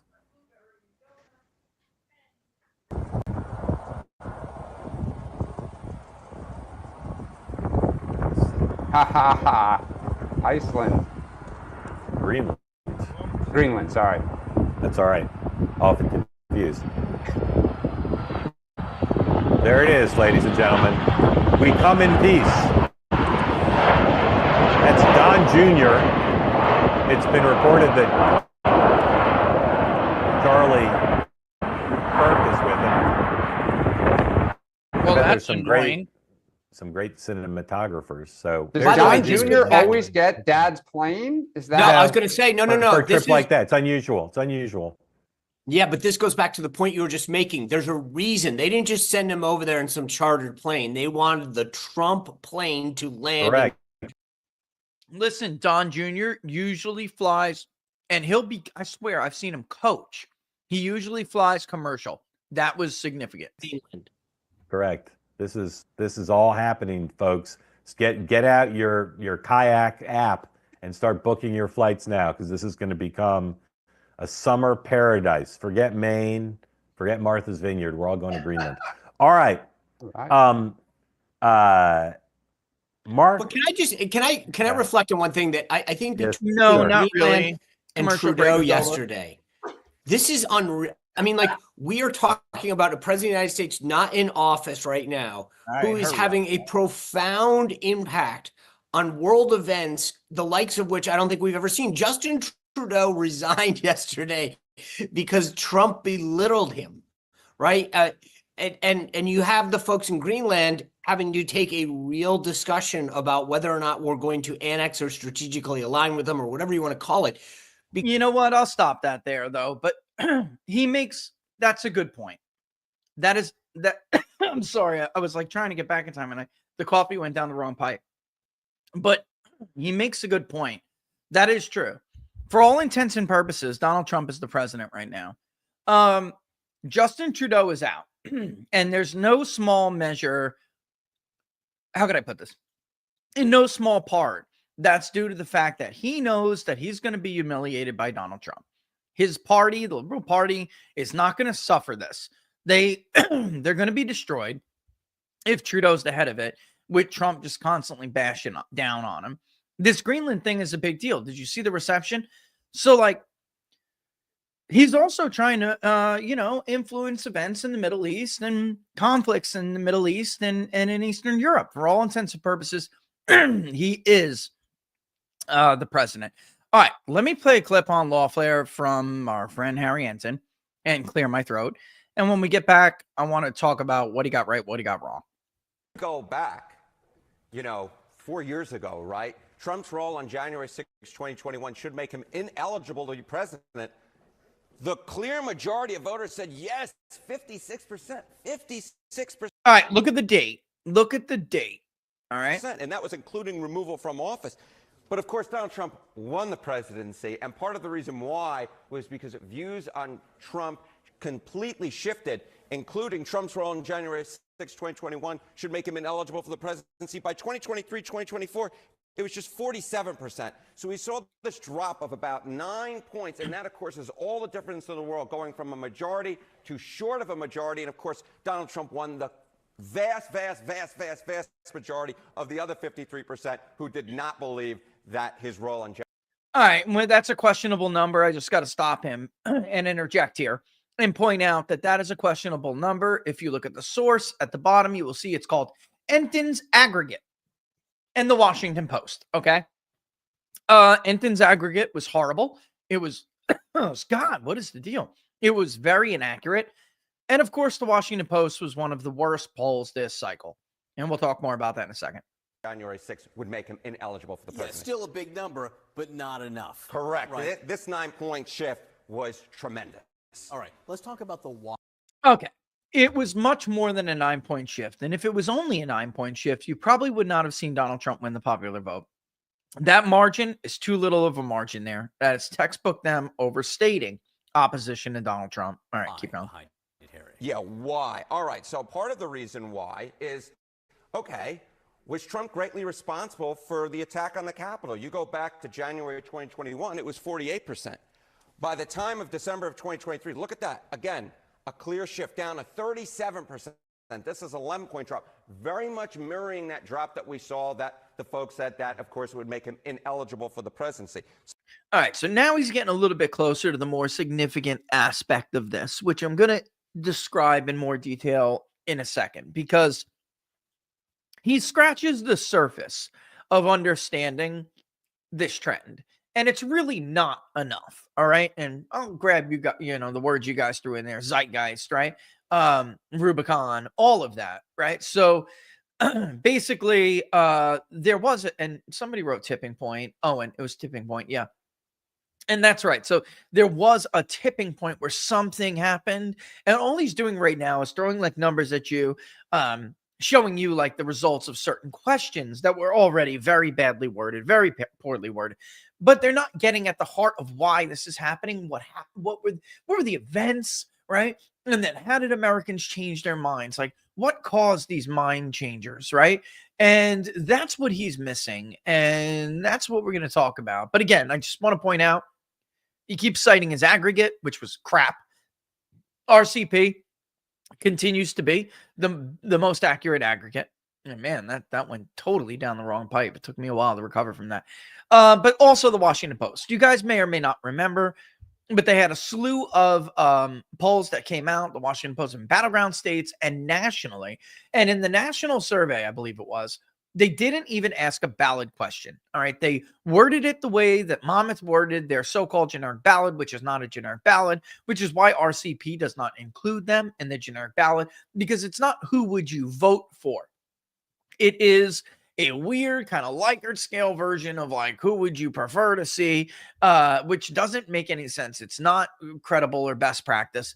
And then they twisted the hell out of their numbers in the battleground states to make it look like Harris was, not make it look like, they said Harris was ahead in almost every battleground state. And of course she got her ass kicked, and in many of them by badly. So it's important to remember that I gotta call this like the Barris doctrine or rule or something. The Barris law of political forecasting, or the Barris law of polling accuracy.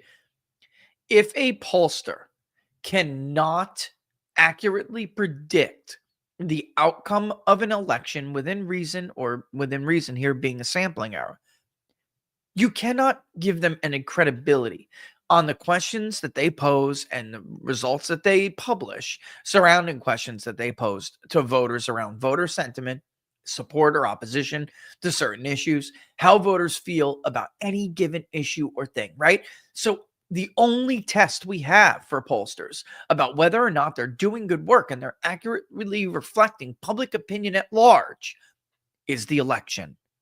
And if they fail on the election, then you cannot take their results at face value when it comes to the results of other questions or voter sentiment, public opinion in general. So here, if the Washington Post grossly, and they did, grossly overstate Kamala Harris's support,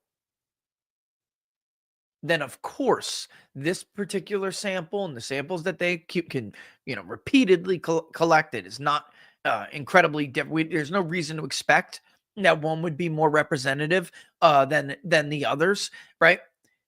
Then there's no doubt that the samples that we're hearing from now, it would be, in reality, it's much worse for Harry Enten and his friends, is what I'm saying. And it's much more favorable to Donald Trump and his supporters. So if only 37% told the Washington Post that Trump was greatly responsible for the attack on the Capitol, it's probably closer to where we have his unfavorability, his very unfavorable rating, which is more like 28%. It is not 37. When you're talking about, do you think Donald Trump is eligible to be president, to serve as president, it is probably much closer to 55, 56% than it would have been to 47%.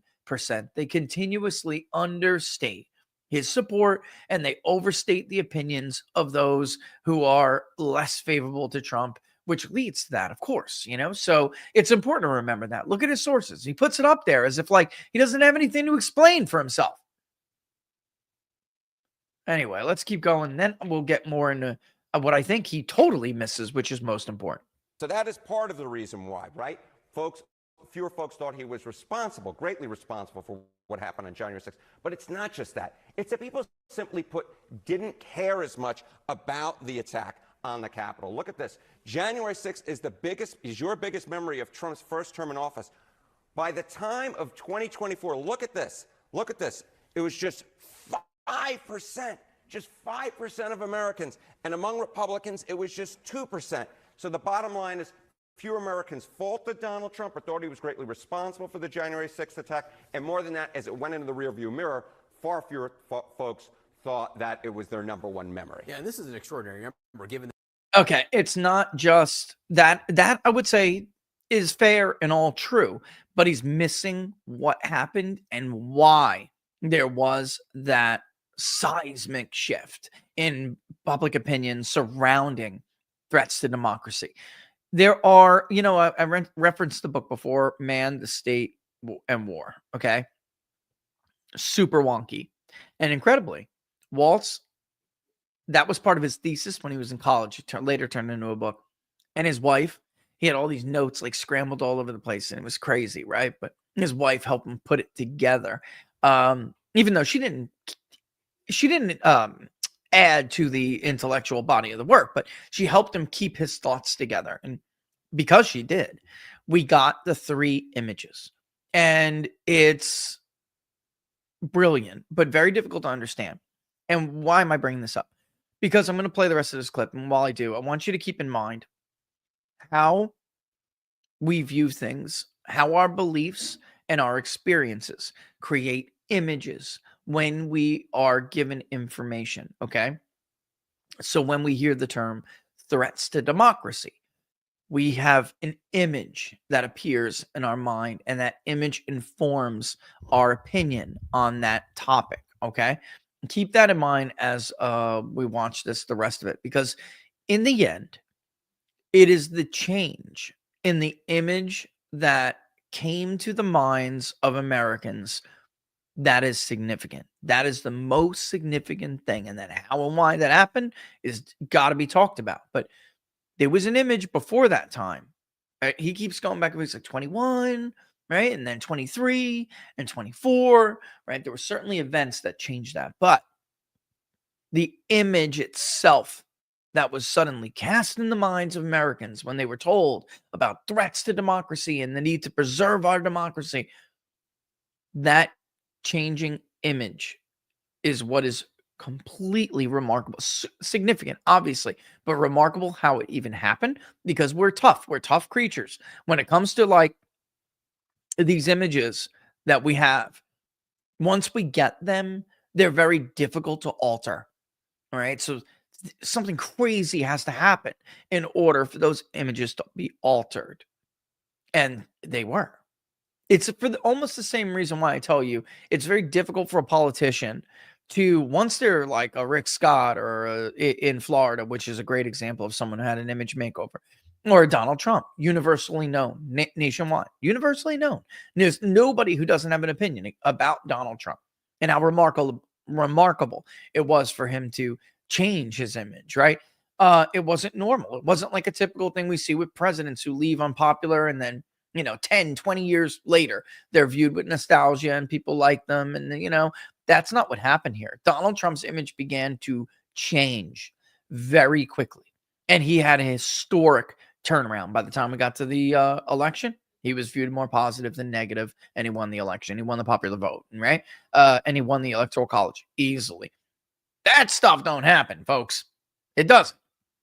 And a big part of that is the topic that Harry is talking about here. And it's sad that he doesn't understand that at that kind of a level, but I'm not surprised because he still has the Washington Post being cited on CNN, calling it high quality. It's garbage. It's trash. It's hot trash. It's a steaming pile of shit. What they did was totally intentional, and no one should ever take the results seriously again.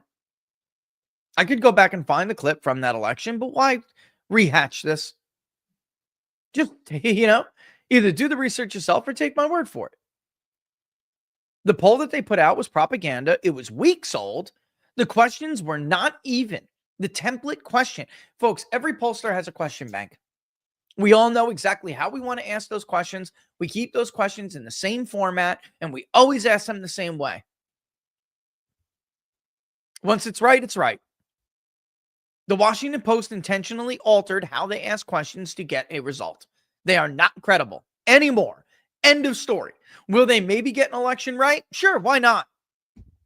A broken clock is right twice a day. Should we call it credible? Is it a working clock? No, it's a piece of shit that you should throw in the garbage. That's the Washington Post. Totally intentional. Just like, of course, Ann's piece of shit poll was totally intentional. Just like Harry Enton right now, citing the Washington Post, a steaming pile of shit, is clearly intentional, Harry. Am I still in your low-quality list? In scrub. Let's go. That President Biden, when he was still in the election, was really putting this as his main Didn't matter. issue. Never really was registering. All right, how about views of the results of the 2020 election this 4 years later? Yeah, this, I think, says everything, right? Because part of the reason those folks attacked the Capitol was because they thought incorrectly that the 2020 election results, in fact, did not reflect the view of the voters. Votes were cast and counted. What a bunch of bull, you know what? Did you hear that? How he slipped that right in there? Maybe Republicans changed their minds because Republicans are sophisticated enough to know that the party had a different apparatus in place this time around, and that Democrats did not have free reign to hand in absentee ballots that were not valid or credible absentee ballots, that an Arizona-based group tied back to a politician in the Grand Canyon state was caught in the state of Pennsylvania before they had a chance to do damage, because maybe they know about the investigation in no less than 4 different counties in the state of Pennsylvania that caught the behavior, the voter fraud beforehand, right? Maybe because that's why. Maybe because they know of those stories, they know of it. That's why they view the election to be more credible, not because Donald Trump won. Because most Republicans that we have spoken to always thought 2020 had fraud in it too.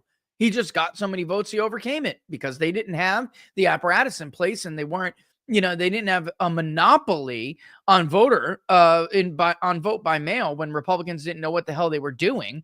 It wasn't that easy for them. That's what it comes down to.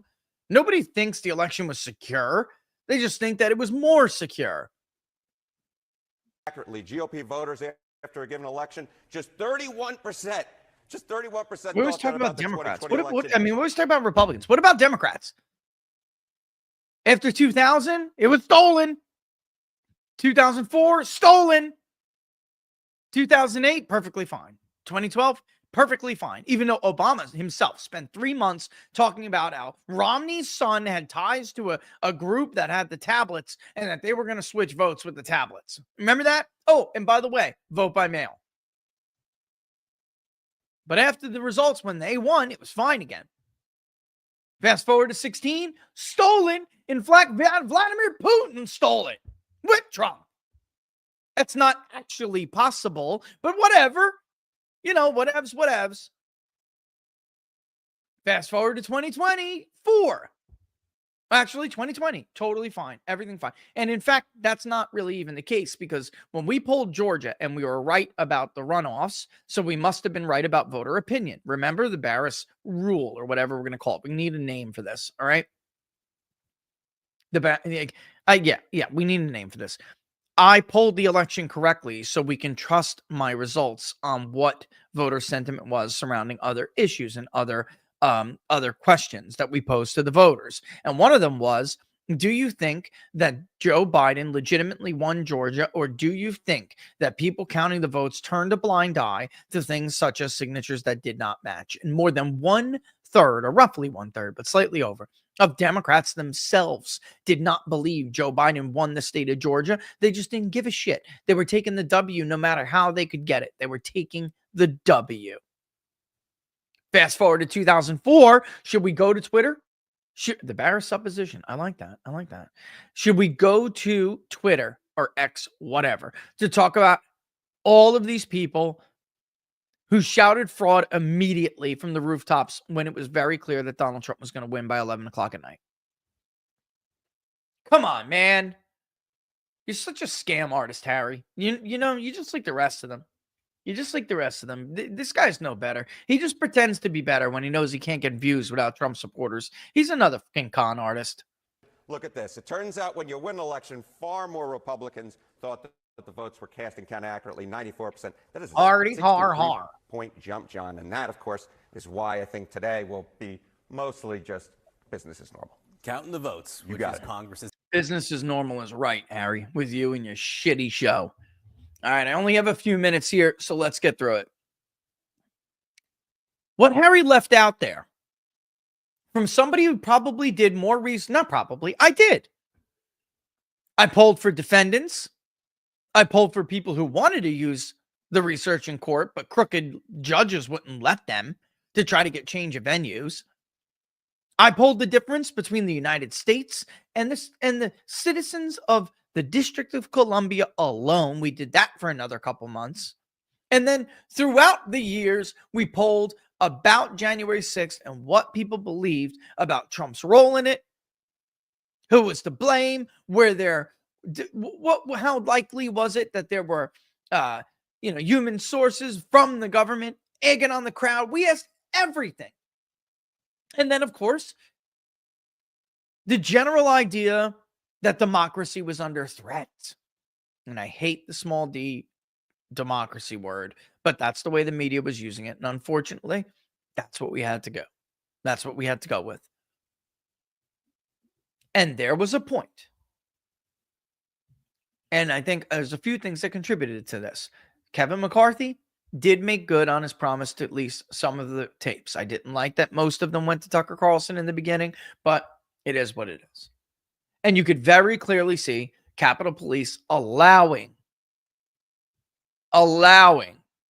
protesters into the Capitol. It wasn't this like assault. And of course, yes, they got crazy and out of hand, but like it wasn't what they were told it was. You could see Donald Trump on clips now that Elon Musk bought X. Those clips were no longer deleted and censored. You could see Donald Trump's tweets. Be peaceful. You could see videos of Donald Trump saying, when you go down there, be peaceful. Have respect for the Capitol Police. We saw transcripts. We heard testimony. He told Nancy Pelosi. We heard Nancy Pelosi on a hidden video in her own words say Donald Trump warned her and she didn't move. She didn't care. She did not get extra security. She did not asked the Capitol Police to invoke extra security. It's almost like she knew that there were going to be FBI sources and informants and agitators in the crowd. And she did not want their work interfered with. Americans got to learn more about it. And then the bombshell happened. Those who were decrying threats to democracy politically persecuted their political opponents. The J6ers were being called prisoners, political prisoners. And in the beginning, it didn't sink in. Americans didn't always see it that way, at least not the majority. But boy, that made a lot more sense when they saw Donald Trump's mugshot. That made a lot more sense when they saw the Supreme Court unanimously strike down one of their lawfare efforts to keep him off the ballot before he was ever convicted of a crime. It made a lot more sense when you could hear journalists and anchors of so-called hard news flagship programs calling him a convicted rapist when he was not a convicted rapist. From a woman who went batshit crazy and had a meltdown on Rachel Maddow. A nutcase in front of everybody, in the camera, in front of everyone. One case after another. Georgia, dragging grandmas and grandpas out of their homes from Arizona to Michigan, all because they were electors who entertained the idea that 2020 was not secure after all. Somewhere along the line, the image that popped into the minds of voters when you talked about threats to democracy was one of a state that has a rogue police force called the FBI, used by a political party, the Democratic Party, to persecute and prosecute their political opponent, Donald J. Trump and his supporters. It became more a concern about lawfare in a police state than it ever did about January 6th, which they came to view as a protest that got out of hand. And oh, by the way, looks like the FBI was involved. As a matter of fact, what else has the FBI done wrong? Let's open the book. They overstepped. They got scared, Harry. They knew they couldn't beat him, especially not if the country found out the president was senile. Did you tell anybody that? So they panicked. They had that issue on lock, 55-35 for a year and a half in their favor. Yet they still didn't think that could be enough. Tyrant's gonna tyrant, man. They took the risk because they felt like they had no other choice. Fat Alvin Bragg and his sham case in New York, which nobody would ever be indicted on. Never. This political party, and I say this a lot, but geez, it's worth pointing out. This political party indicted their political opponent more times, 91 indictments. More than John Gotti and the black-handed that serial killer in those districts was ever indicted. And Gotti got away a bunch of times. You add up all those indictments, all those counts, and it doesn't come close to how many counts they slapped on Donald Trump. You became the threat to democracy, Harry. Yeah, you, because you are a Democrat. You know it. Cut the shit. The image of a threat to democracy was no longer Trump. And I got to tell you, it no longer became QAnon shaman. It was, and it evolved because of their own actions into Donald Trump's mugshot. QAnon shaman to Donald Trump's mugshot. And again, unless you are an avid viewer of Inside the Numbers or What Are the Odds, you would never have saw that coming. So you'd be one of those people on Twitter, whatever we're calling it. You'd be one of those people online when Real Clear posted that and said, holy crap, he did win. Threat to democracy. As we said he would. It was close, but he was ahead. You'd be one of those people who was shucked out of their minds. Not us. Just like we wouldn't be shocked to find out that Donald Trump really barely lost the abortion vote. Why? I don't know. Were you paying attention during the primary when I told you Ron DeSantis was making himself unelectable and Donald Trump was navigating it like a political genius? Where were you? Watching Dave Wasserman and Harry Enton? Maybe you'll now see the error of your ways. I think, too, it's only going to get worse. I think we're going to find out when Trump's legal team who defended him incredibly, much to the mocking, by the way, of all those idiots. They mock them constantly, right? How many times did they mock them? Especially Oh my God, nothing triggers them more than a gorgeous, attractive woman with a brain who's like on the right. Nothing triggers them more. So they couldn't wait to slam Trump's lawyer. Well, now Trump's legal team, who navigated this really beautifully. I mean, we've had some of them on the show, you know. I mean, Will Sharf was incredible. I mean, did he not nail exactly how to present that case to the Supreme Court? He wrote that article in the Federalist months before he was hired. It ended up being the basis of the contest, and they won. And now many of those people are going to have power. And many of these people are going to investigate their former opponents and the prosecutors that sat across the court from them. And I think we're going to find out it's just going to get worse. It's just going to get worse. And in Americans, in their minds, Democrats are going to be the Stalin party. That's what they're going to be. And I'll leave that as the clip. I mean, I played a lot of Mark before, so I'm not going to play too much. I'm just going to play this real quick because I think he's 100% correct. This is going to happen. I wrote in my newsletter this morning the victories that Trump had in Lawfare, they weren't perfect, right? He did get one conviction, but mostly they had victories. And I think a lot of people in the media and Democrats say it was because the judges were corrupt and the Supreme Court was corrupt and the Trump people used unhanded legal tactics. That legal team, just from a competency point of view, did an extraordinary job. And some of them are going into the Justice Department now.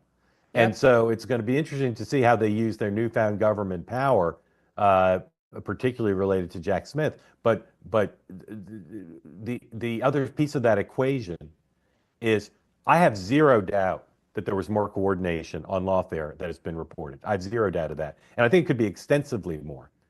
Yep, we'll end it there. Extensively more. Of course, we're going to learn that. They're going to get in that White House. They're going to see the goods, man. Right now, they have less than 2 weeks, right? What are we at now? 12 days? They got 12 days to shred everything. That's what they got. They are, I mean, look, Joe's just shitting himself in the corner somewhere, right? I mean, he's just, you know, like eating a lollipop and shit or something. Like, that's what he's doing. Like, the rest of those people are shredding evidence and selling warheads, okay? Like, they're trying to get theirs and disappear the evidence quick. Believe that, folks. Believe that. All right, it's 2:04. I got to bounce. But don't forget, 5 p.m. Eastern Standard Time, it is the return of Savage Wednesdays on Battleground Live at 5 with Sean Parnell. All right, can't wait to see my buddy Sean. It's been a couple of weeks. You know, we all did our thing. Certainly talked to him during the holidays. Links are in the description, of course, for all of our partners of the show and the public polling project. I think we should poll about whether or not people are on board with this. You know, we should definitely get a gauge from them. And we could do Greenland. We could do that. There's nothing stopping me from doing that. Be interested because some of the clips I saw, folks, they looked, they didn't look. If there was some visceral reaction to it, you would see people throwing shit at Don Jr. That did not happen. All right. There's a red carpet, not red cabbage. All right. Or tomatoes. You say tomato, I say tomato, right? But of course, again, always the best place to follow is on Locals, peoplespunnit.locals.com, peoplespunnit.locals.com.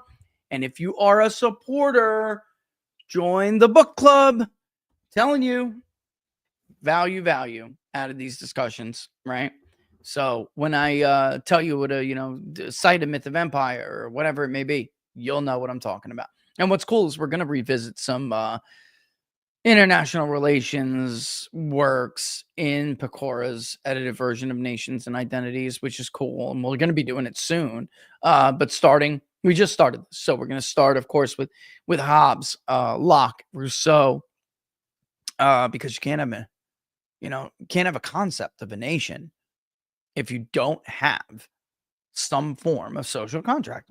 Who are you entering? Who is the government entering into that contract with if there's no nation of people, right?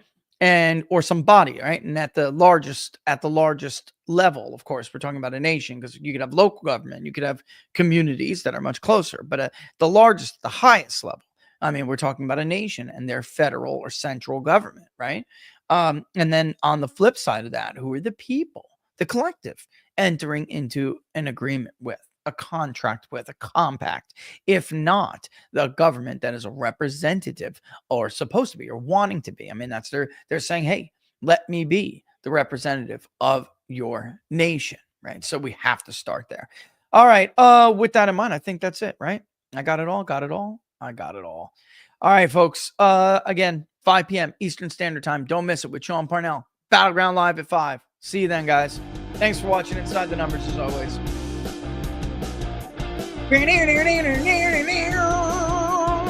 Yeah. Bang. Like my electric guitar? I can do any electric guitar sound with my mouth, including like Purple Haze by Jimi Hendrix. Crazy, right? One day I'll show you. Flora lets me. All right, y'all. Have a good Wednesday. Stay warm.